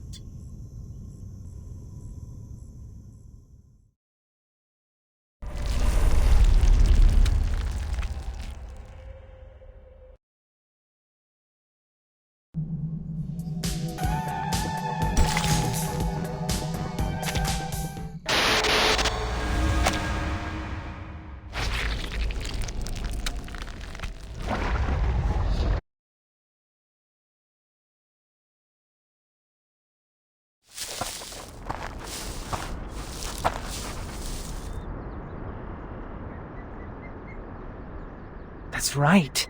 This is where all the stories are leading to.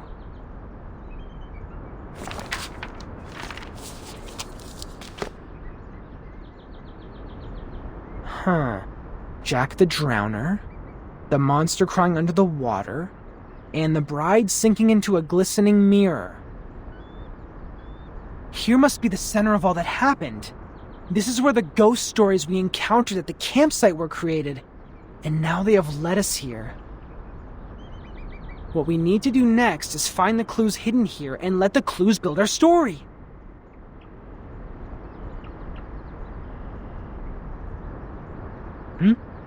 What's wrong, Blondie?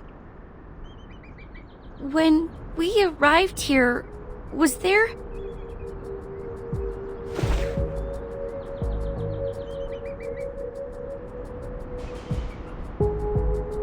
Was there a lighthouse? Huh? I think it just showed up out of nowhere, like a ghostly figure appearing behind you. A lighthouse in the lake. A lighthouse. Is the lighthouse in the lake also a classic element in horror stories? Well, not quite. But it can be a good place for horror stories. In the middle of a huge, gloomy lake, a lighthouse stands there like the fang in a monster's mouth. You can't find any place better than this to hide a horrifying secret.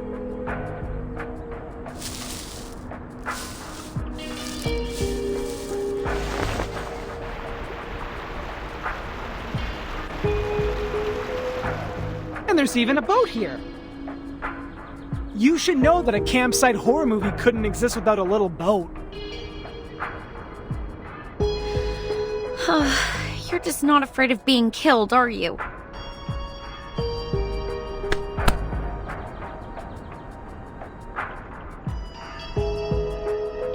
What if it turns over? What if there's a lake monster?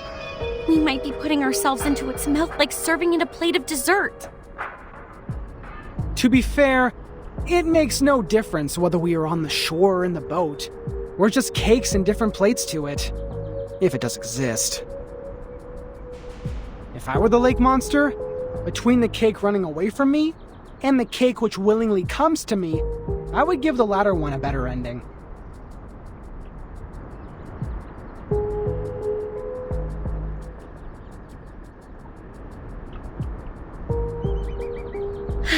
All right. If I have to be eaten like a cake, I prefer to be the cake that has more control over its death. Get into the boat then. Let's head to the lighthouse.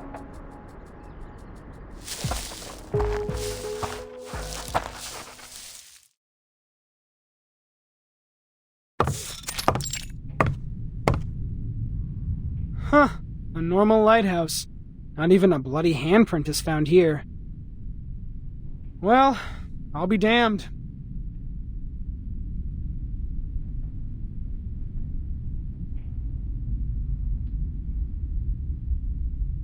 The reality is not as sensational as the stories.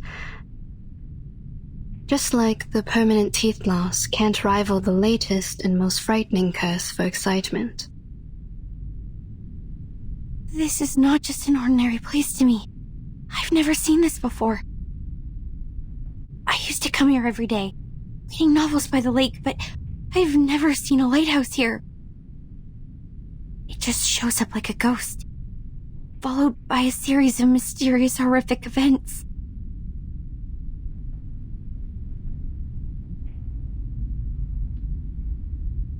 Timekeeper, please come and take a look at this.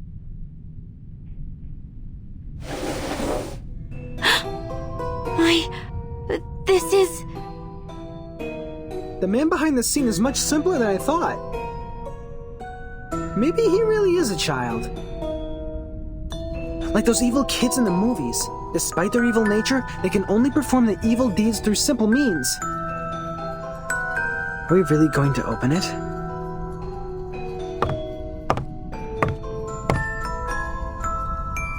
We'll have to open it, according to the note. I am saying this is obviously a curse. A lighthouse, a strange lake, a fishing net, and a wooden box. Rub it 3 times, blow and unveil it. What comes out of it is definitely not a genie offering us 3 wishes. We have dealt with more curses in the past 2 hours than many people do in their entire life. If it is a curse, then it is a curse prepared for us.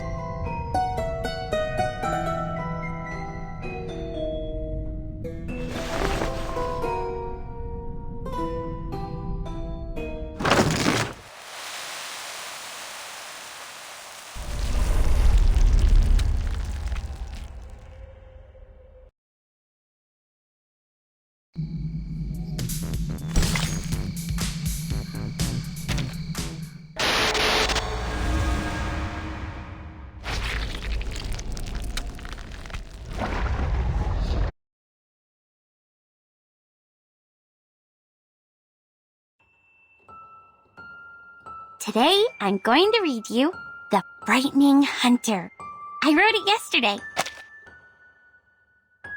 Read it! This is the story of a hunter. The hunter is tall and muscly and of great frame. He can twist steel rebar with his bare hands, and no one can lift his arms up by a hair's thickness and escape from him.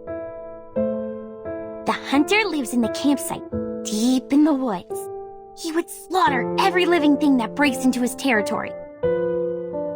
One day, a group of college students came into the forest. They enjoyed their time there, drinking and dancing. When it comes to the night, the strongest of them disappeared. Oh, where did he go? The hunter killed him! He hung the boy's head on the tree and turned to the girl with the blonde hair. Oh! She also soon breathed her last breath. The third victim is the clumsy short guy, followed by the nerdy tall guy. At last, the hunter came up to our protagonist, the kind, naive girl.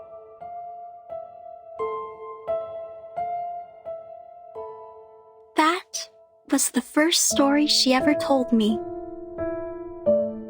An intriguing, interesting story.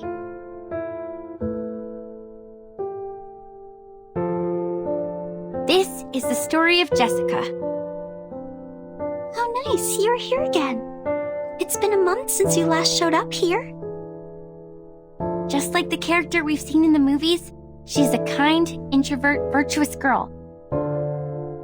The friends of hers took her to a beautiful campsite next to a lovely lake. This would be the perfect place for a swimsuit party. You've grown taller. Can you get up so I can see better? What they didn't know is that deep in the water, a defeated, evil army is in hiding. Why are you frowning? Countless demonic war beasts were roaring relentlessly to be unleashed, and an evil plan has been hatched. A massacre was about to take place. What can I do to make you feel better, Jennifer? Yes, a nightmare indeed. Jessica ran as fast as she could, kept pushing herself to go faster and faster until her ankles could not support one more sprint and she rolled into a muddy pond. The monster with dark fur and a bloody mouth was right behind her. Then... Are you crying? Jennifer? Jennifer! We gotta go! Where are you? Oh no! It's Mom! I'm here! I'm here! Yes, so you are crying, Jennifer. Oh. Aren't you taking the notebook with you? Why are you throwing it into the lake? I really like this place, but I'll probably never come back here again. I gotta go. See you, Jessica. Okay. See you, Jennifer.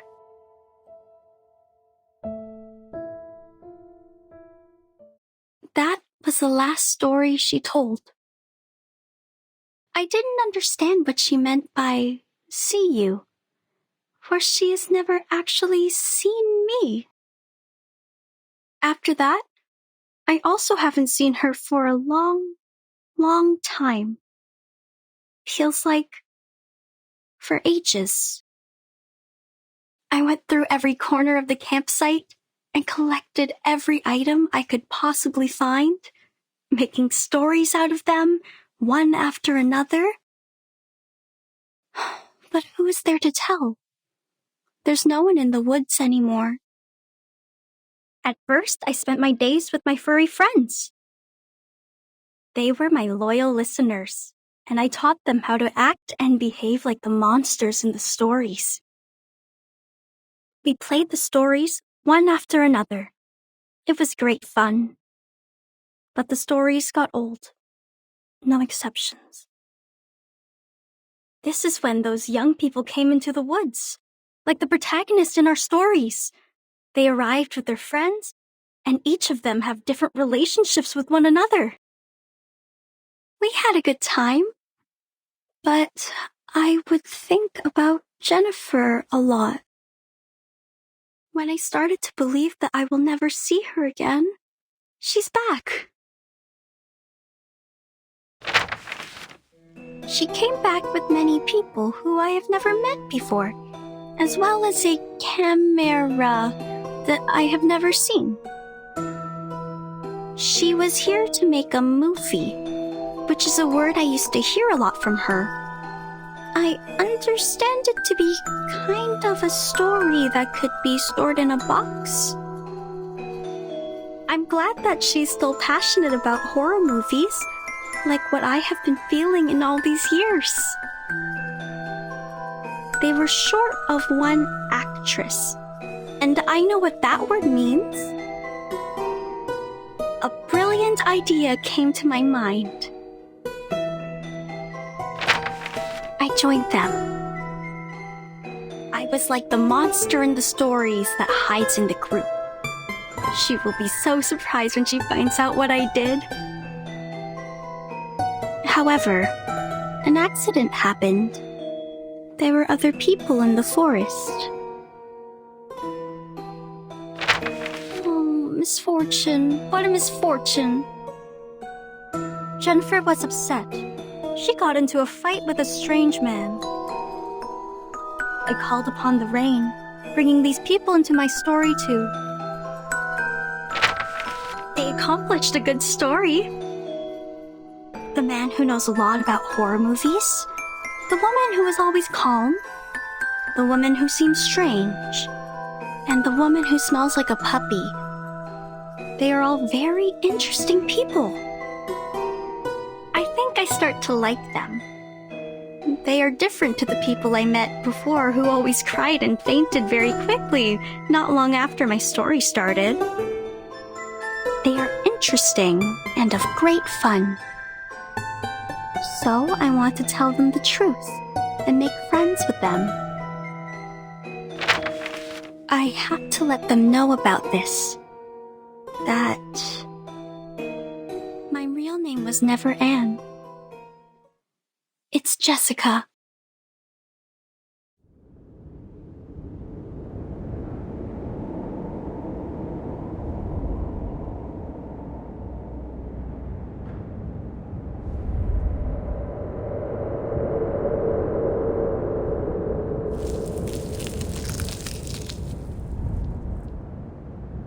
This is the last surprise I prepared for you. Now, enjoy!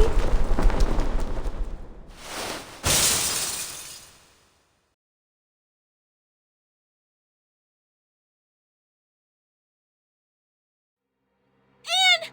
She jumped! Blondie! Watch out for the critters!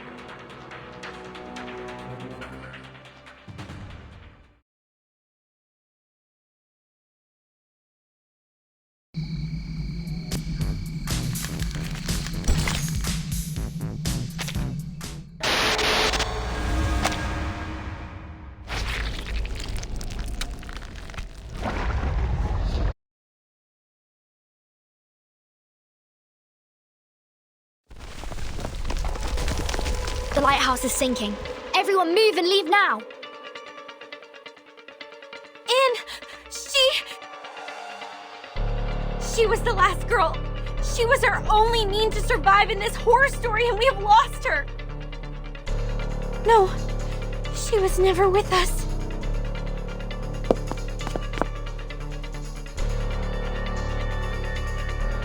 I'm to blame.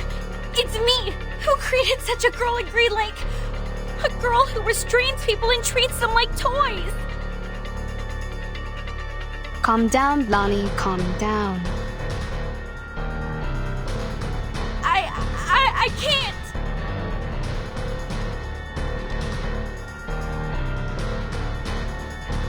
It's too late, Tooth Fairy. We have lost all the cards. We still have a chance.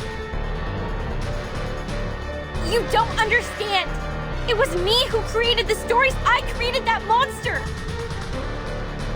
I've drawn many monsters in that notebook, and with all those stories I told, I created her. I turned our last girl into the biggest villain. What should we do now? How are we gonna... You are right. This is the story created by you. They are all created by you. It's your story, your monsters, your past, your arcane skill, and your identity as an arcanist. They all belong to you. Belong? To me?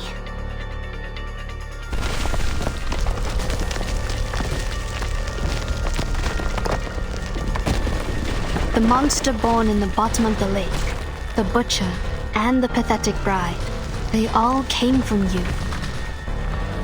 It was you who taught Jessica how to make a story, how to create all of this. She created them all, but you endowed her with such ability. She's the creator of these, and you are the creator of the creator.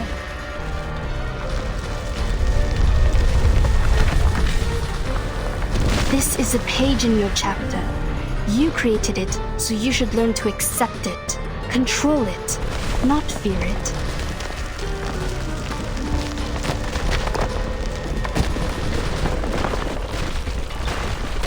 Don't run away, but face it.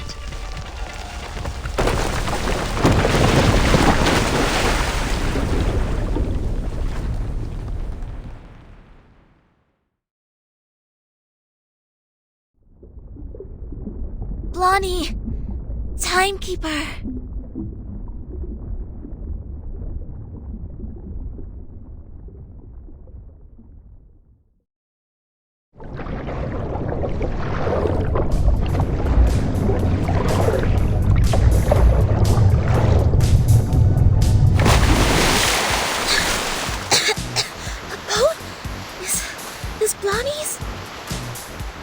It's her arcanum. Now, she's doing her utmost to keep the ship in balance. Damn it! I knew I shouldn't be so ostentatious! There's no way that I can have control over such a big boat! If I keep doing this for any longer, I would die of headache before making it to Aunt Jessica! I've warned you so, haven't I? But don't worry, the reliable Horopedia will save your neck. Using this amazing tool. Good! Hooked onto the rock! You might feel a bit seasick. Please try not to vomit. If you fail, at least don't puke on me. Sit still and hold tight! We are heading towards the riverbed!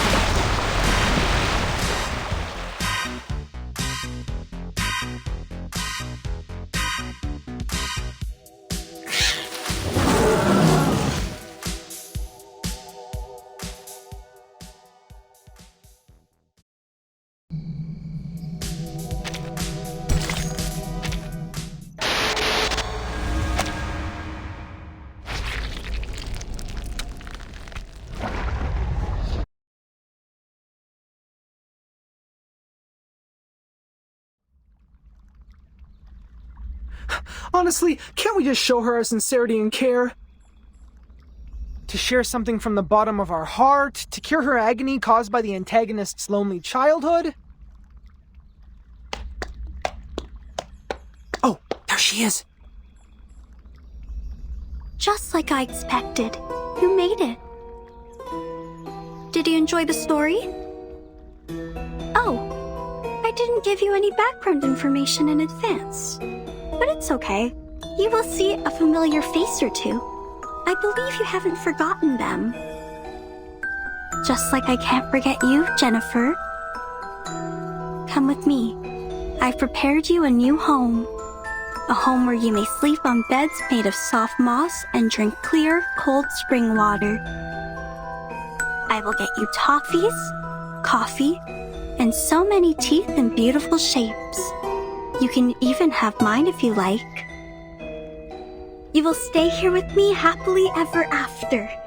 Till a time even I don't know of. Jessica, let us talk. You've been thinking of me, haven't you? Of course I have. You were fond of me, as well as the stories I made, aren't you? Yes, I'm fond of you, Jennifer.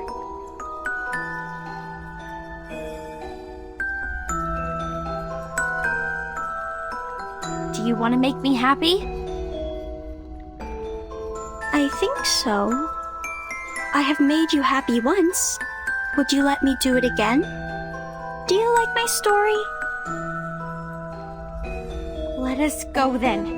Including Jason, Freddy, and Michael, let all of us go. Why? You have made a mistake. You hurt people, and that is unacceptable. This is not funny. I was to blame for misleading you. I can't let you keep on doing this. Don't you like my story? Yes, I like it very much. It resembles a lot of the stories I wrote when I was a kid. You must have really liked them. So much that you would remember them, as well as me, for such a long time. I will not leave you alone again. I'll come back for you. Every year. No, every 6 months. I'll have more time after the graduation. If I make a new movie, you will be my first audience, like what we used to do. But I hate living by myself. I don't want to live like this anymore. I have no one to talk to. The friends I have here can do nothing but roar. I sing with them as the sun comes up and wake up among them as the moon rises. Jennifer, you know, I used to have the same dream over and over again. A forest and a grassland, not in Green Lake, nor any places that I know of. I can hear music that I've never heard before. After we met, there was you in that dream. You'd wake up in that dream with me, giving me a wreath. In that dream, I can truly rest. But when I wake up, I found myself in Green Lake again. Do I belong here? In Green Lake campsite? Or somewhere afar? In the days when no one is here, I always hum the melody in the dream. Quietly, waiting, until my figure almost blended into the mosses. But I've waited for too long. So long that you are no longer a girl, but a woman now. I'm tired of waiting for you. I'm tired of living all by myself. I was hoping that you may like my story, that you are different from all those people who always try to run away.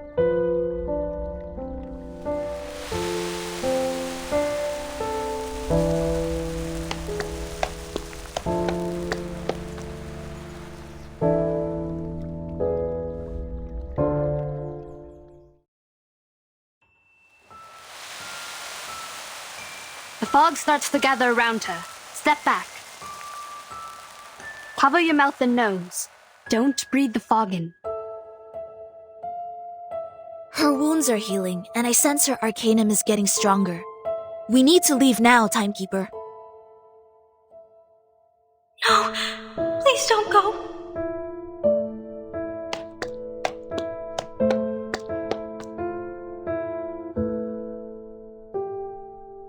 Please stay here. I will get you the best beds, honey, and fruits.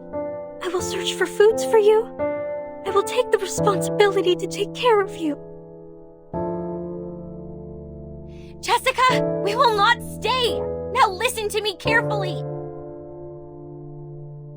No, I hate living alone. Well, come Come with me! I will get you a beautiful house, much better than the one you have here.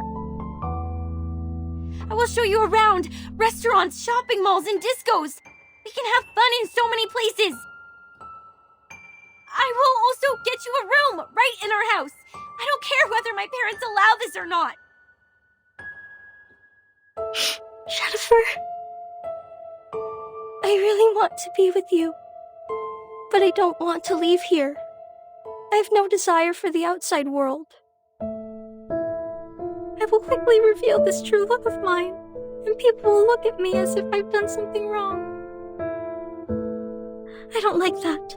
I hate when my power gets weakened. I want you to stay here with me. If I say I could stay...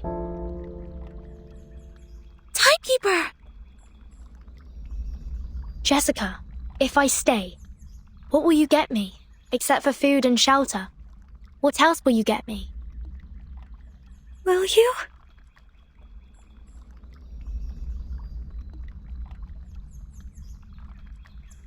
If you stay, I will share my critter friends with you. Along with my cave, my keys, my little buttons, anything you want. Sounds great. We will definitely have great fun.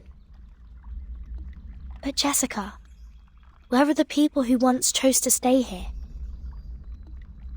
When they stayed for long enough, after you ran out of all available games, they were no longer attractive to you, and no longer adored by you. I can stay longer than them, but with no exception. I will become boring one day. You will be alone again. Every day waking up, falling asleep, roaming in the dream alone. No, I don't want that. I don't want to live like that anymore. You can lead a different life. You can embrace a diversified and meaningful life. A diversified, meaningful life? When you were Anne, you asked what my wishes were. Now I know the answer. I know what I want. It's you. Do you want to come with me? I will find you a good place to stay, where nobody will consider you to be weird, nor will they keep staring at you. You will see the world with us, the amazing and unique outside world. This outside world? What else will it have? There are a lot of people and fantastic things out there. Some people eat gold bars. Some others dance on the crocodile skin. Some people ride a rocket, dashing into the sky, and eventually fall into an unknown zero-G. Even the grassland and the anonymous music in your dream, they truly exist in the outside world. If you are willing to come with me, you will have them all. Will you really take me to that place? Of course. Why would I trust you? I promise, with everything I can offer. Promise. I know that word. It means words that cannot be broken.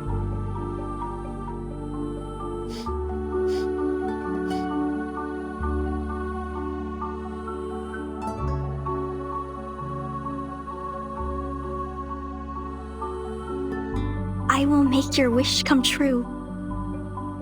I like you. I hope you can be my friend. This is new.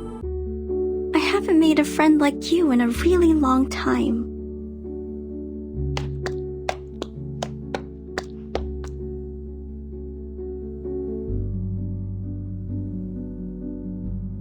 What's this? This is a gift to you. Press it.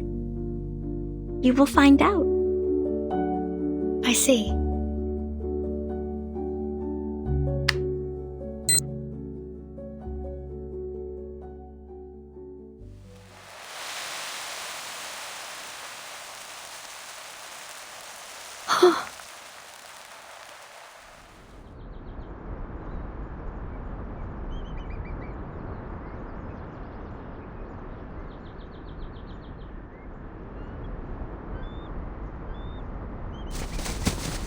They're here!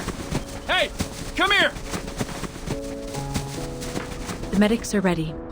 Please, leave the injured to us. Captain! Captain! We found the target and are now carrying out the rescue. Over. There are no enemies here. Everyone here is a member of our squad. Please don't attack. Repeat, please don't attack. Oh, come on. Seriously? First we persuaded her with love and care, then we presented the Deus Ex Machina. Now we're doing this? This is the worst antagonist ever. Everything is so screwed. Commentators won't write anything nice for us. Well, if it were them to write the story, characters like me would always fail to live long enough to see the end. So I don't oppose to end this peacefully, but to end it like this... Aren't you happy? They did it, like what you said. Some emotional and comforting plots. Eventually, it shows us that love always wins. Miss Tooth Fairy, that was a joke. A joke to show you my sense of humor.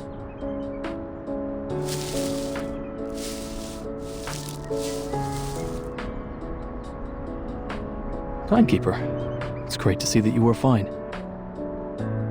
And Mr. Horopedia, Madam Z is waiting for you in the car outside the woods.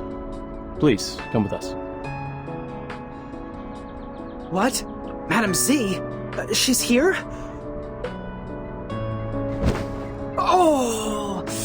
Ah, my wounds! Ah, how painful! Medics! Where are the medics?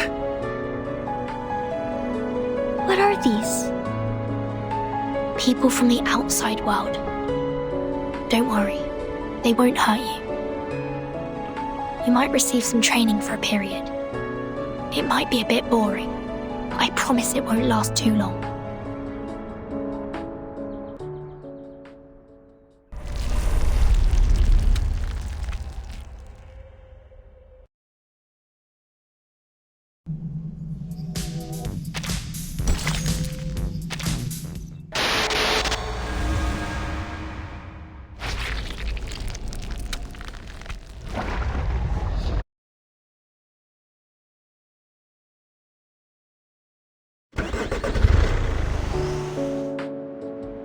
Are you suffering from the headache again?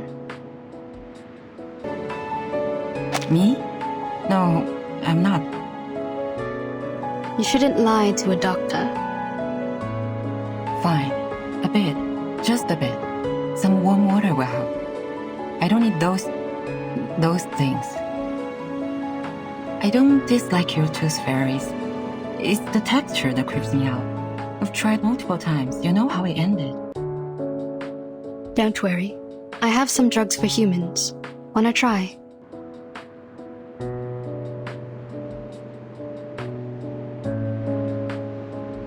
Oh, that's surprising. Thank you.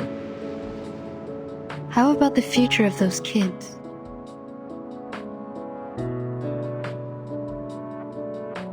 Are you talking about the dear girl or Joshua the troublemaker? You can tell me one by one. It's a long trip back to the headquarters. We have plenty time to chat. Joshua will pay for what he did. Absent from duty without permission is a severe violation of the regulations. He will face a demotion and be grounded for 3 to 5 months. Of course, I'll apply for lenience for him, but I think it won't make much difference. We don't have many means to help him. Burton might be a good choice. You mean assigning him to Verton's team? Exactly. If we can make Burton apply for that, he'll be put through a much milder punishment. After that, he'll be free to leave with Burton. This is a good idea. How about Jessica, the dear girl? She she needs to receive some education to become adequately socialized. Based on her result of the amended Arcanist risk evaluation chart, this little girl is very dangerous. We rescued 9 hostages from her cave. 3 are from the film crew. The other 6 are from the student expedition team that went missing 6 months ago. The validity of that chart is debatable, for it doesn't have a sufficient number of questions to draw a conclusion. Yeah, when we arrive at the Foundation, we will give her a more comprehensive test. But that doesn't mean that she'll get a higher grade. We all know that the amended version tends to overestimate the examinees. Can I visit her while she's in the Foundation? Of course. Chatting with someone familiar is conducive to embracing the community. You don't need to worry too much about her. We'll treat her the right way. The arcanum shown on her is of a very unique kind and shall be helpful in many experiments. That's good, but I still have one more question. Go ahead, Doctor. Members from the Xeno also participated in the rescue. Did you call them to come? Yeah. This should have been their responsibilities. To be more precise, all of these problems were their fault. Are you talking about the missing of their youth force? What? No. But wait, what missing youth force? The myth that Xeno youth force disappeared overnight at the Green Lake campsite. Haven't you ever heard of that?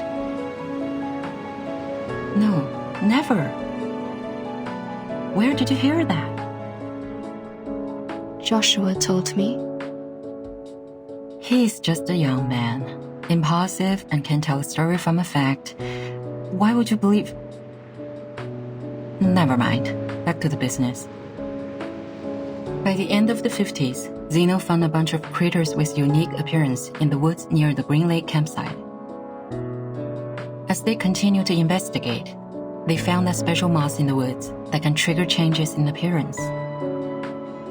In order to conduct further research, they built a campsite and held some camping activities as disguise from time to time.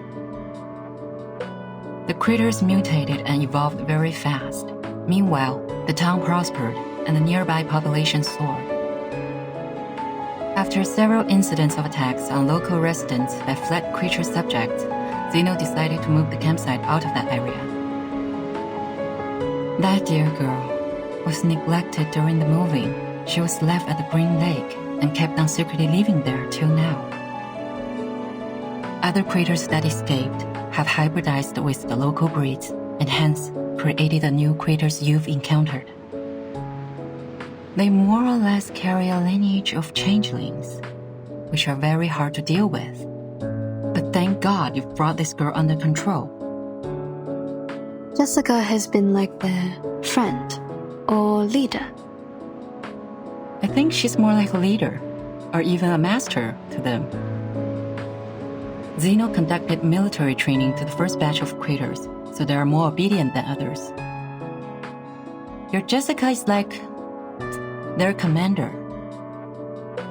She gives orders to the critters at the bottom of the lake through a radio hidden in a remote control, so that they act in precise alignment. So you knew the truth of the Green Lake campsite from the beginning? It was Xeno's idea to clean up the mess with the Foundation. They contacted me before. If you could have asked me earlier, like before you depart, we wouldn't have to go through so much trouble. Kids were ignorant for lack of knowledge, yet adults were ignorant for their cognitive inertia. In a story where truth and falsity are mingled together, it is hard to tell which is which. What did you say? Nothing important. Have you heard of what happened to my brother? Huh? Your brother? What happened to him? Do you know how his teeth disappeared? I don't want to offend anyone, but wasn't it because of the curse of the tooth fairies? What? What are you laughing at? Nah, nothing. As for my brother, I will tell you more later. Hush now. Give me my camera.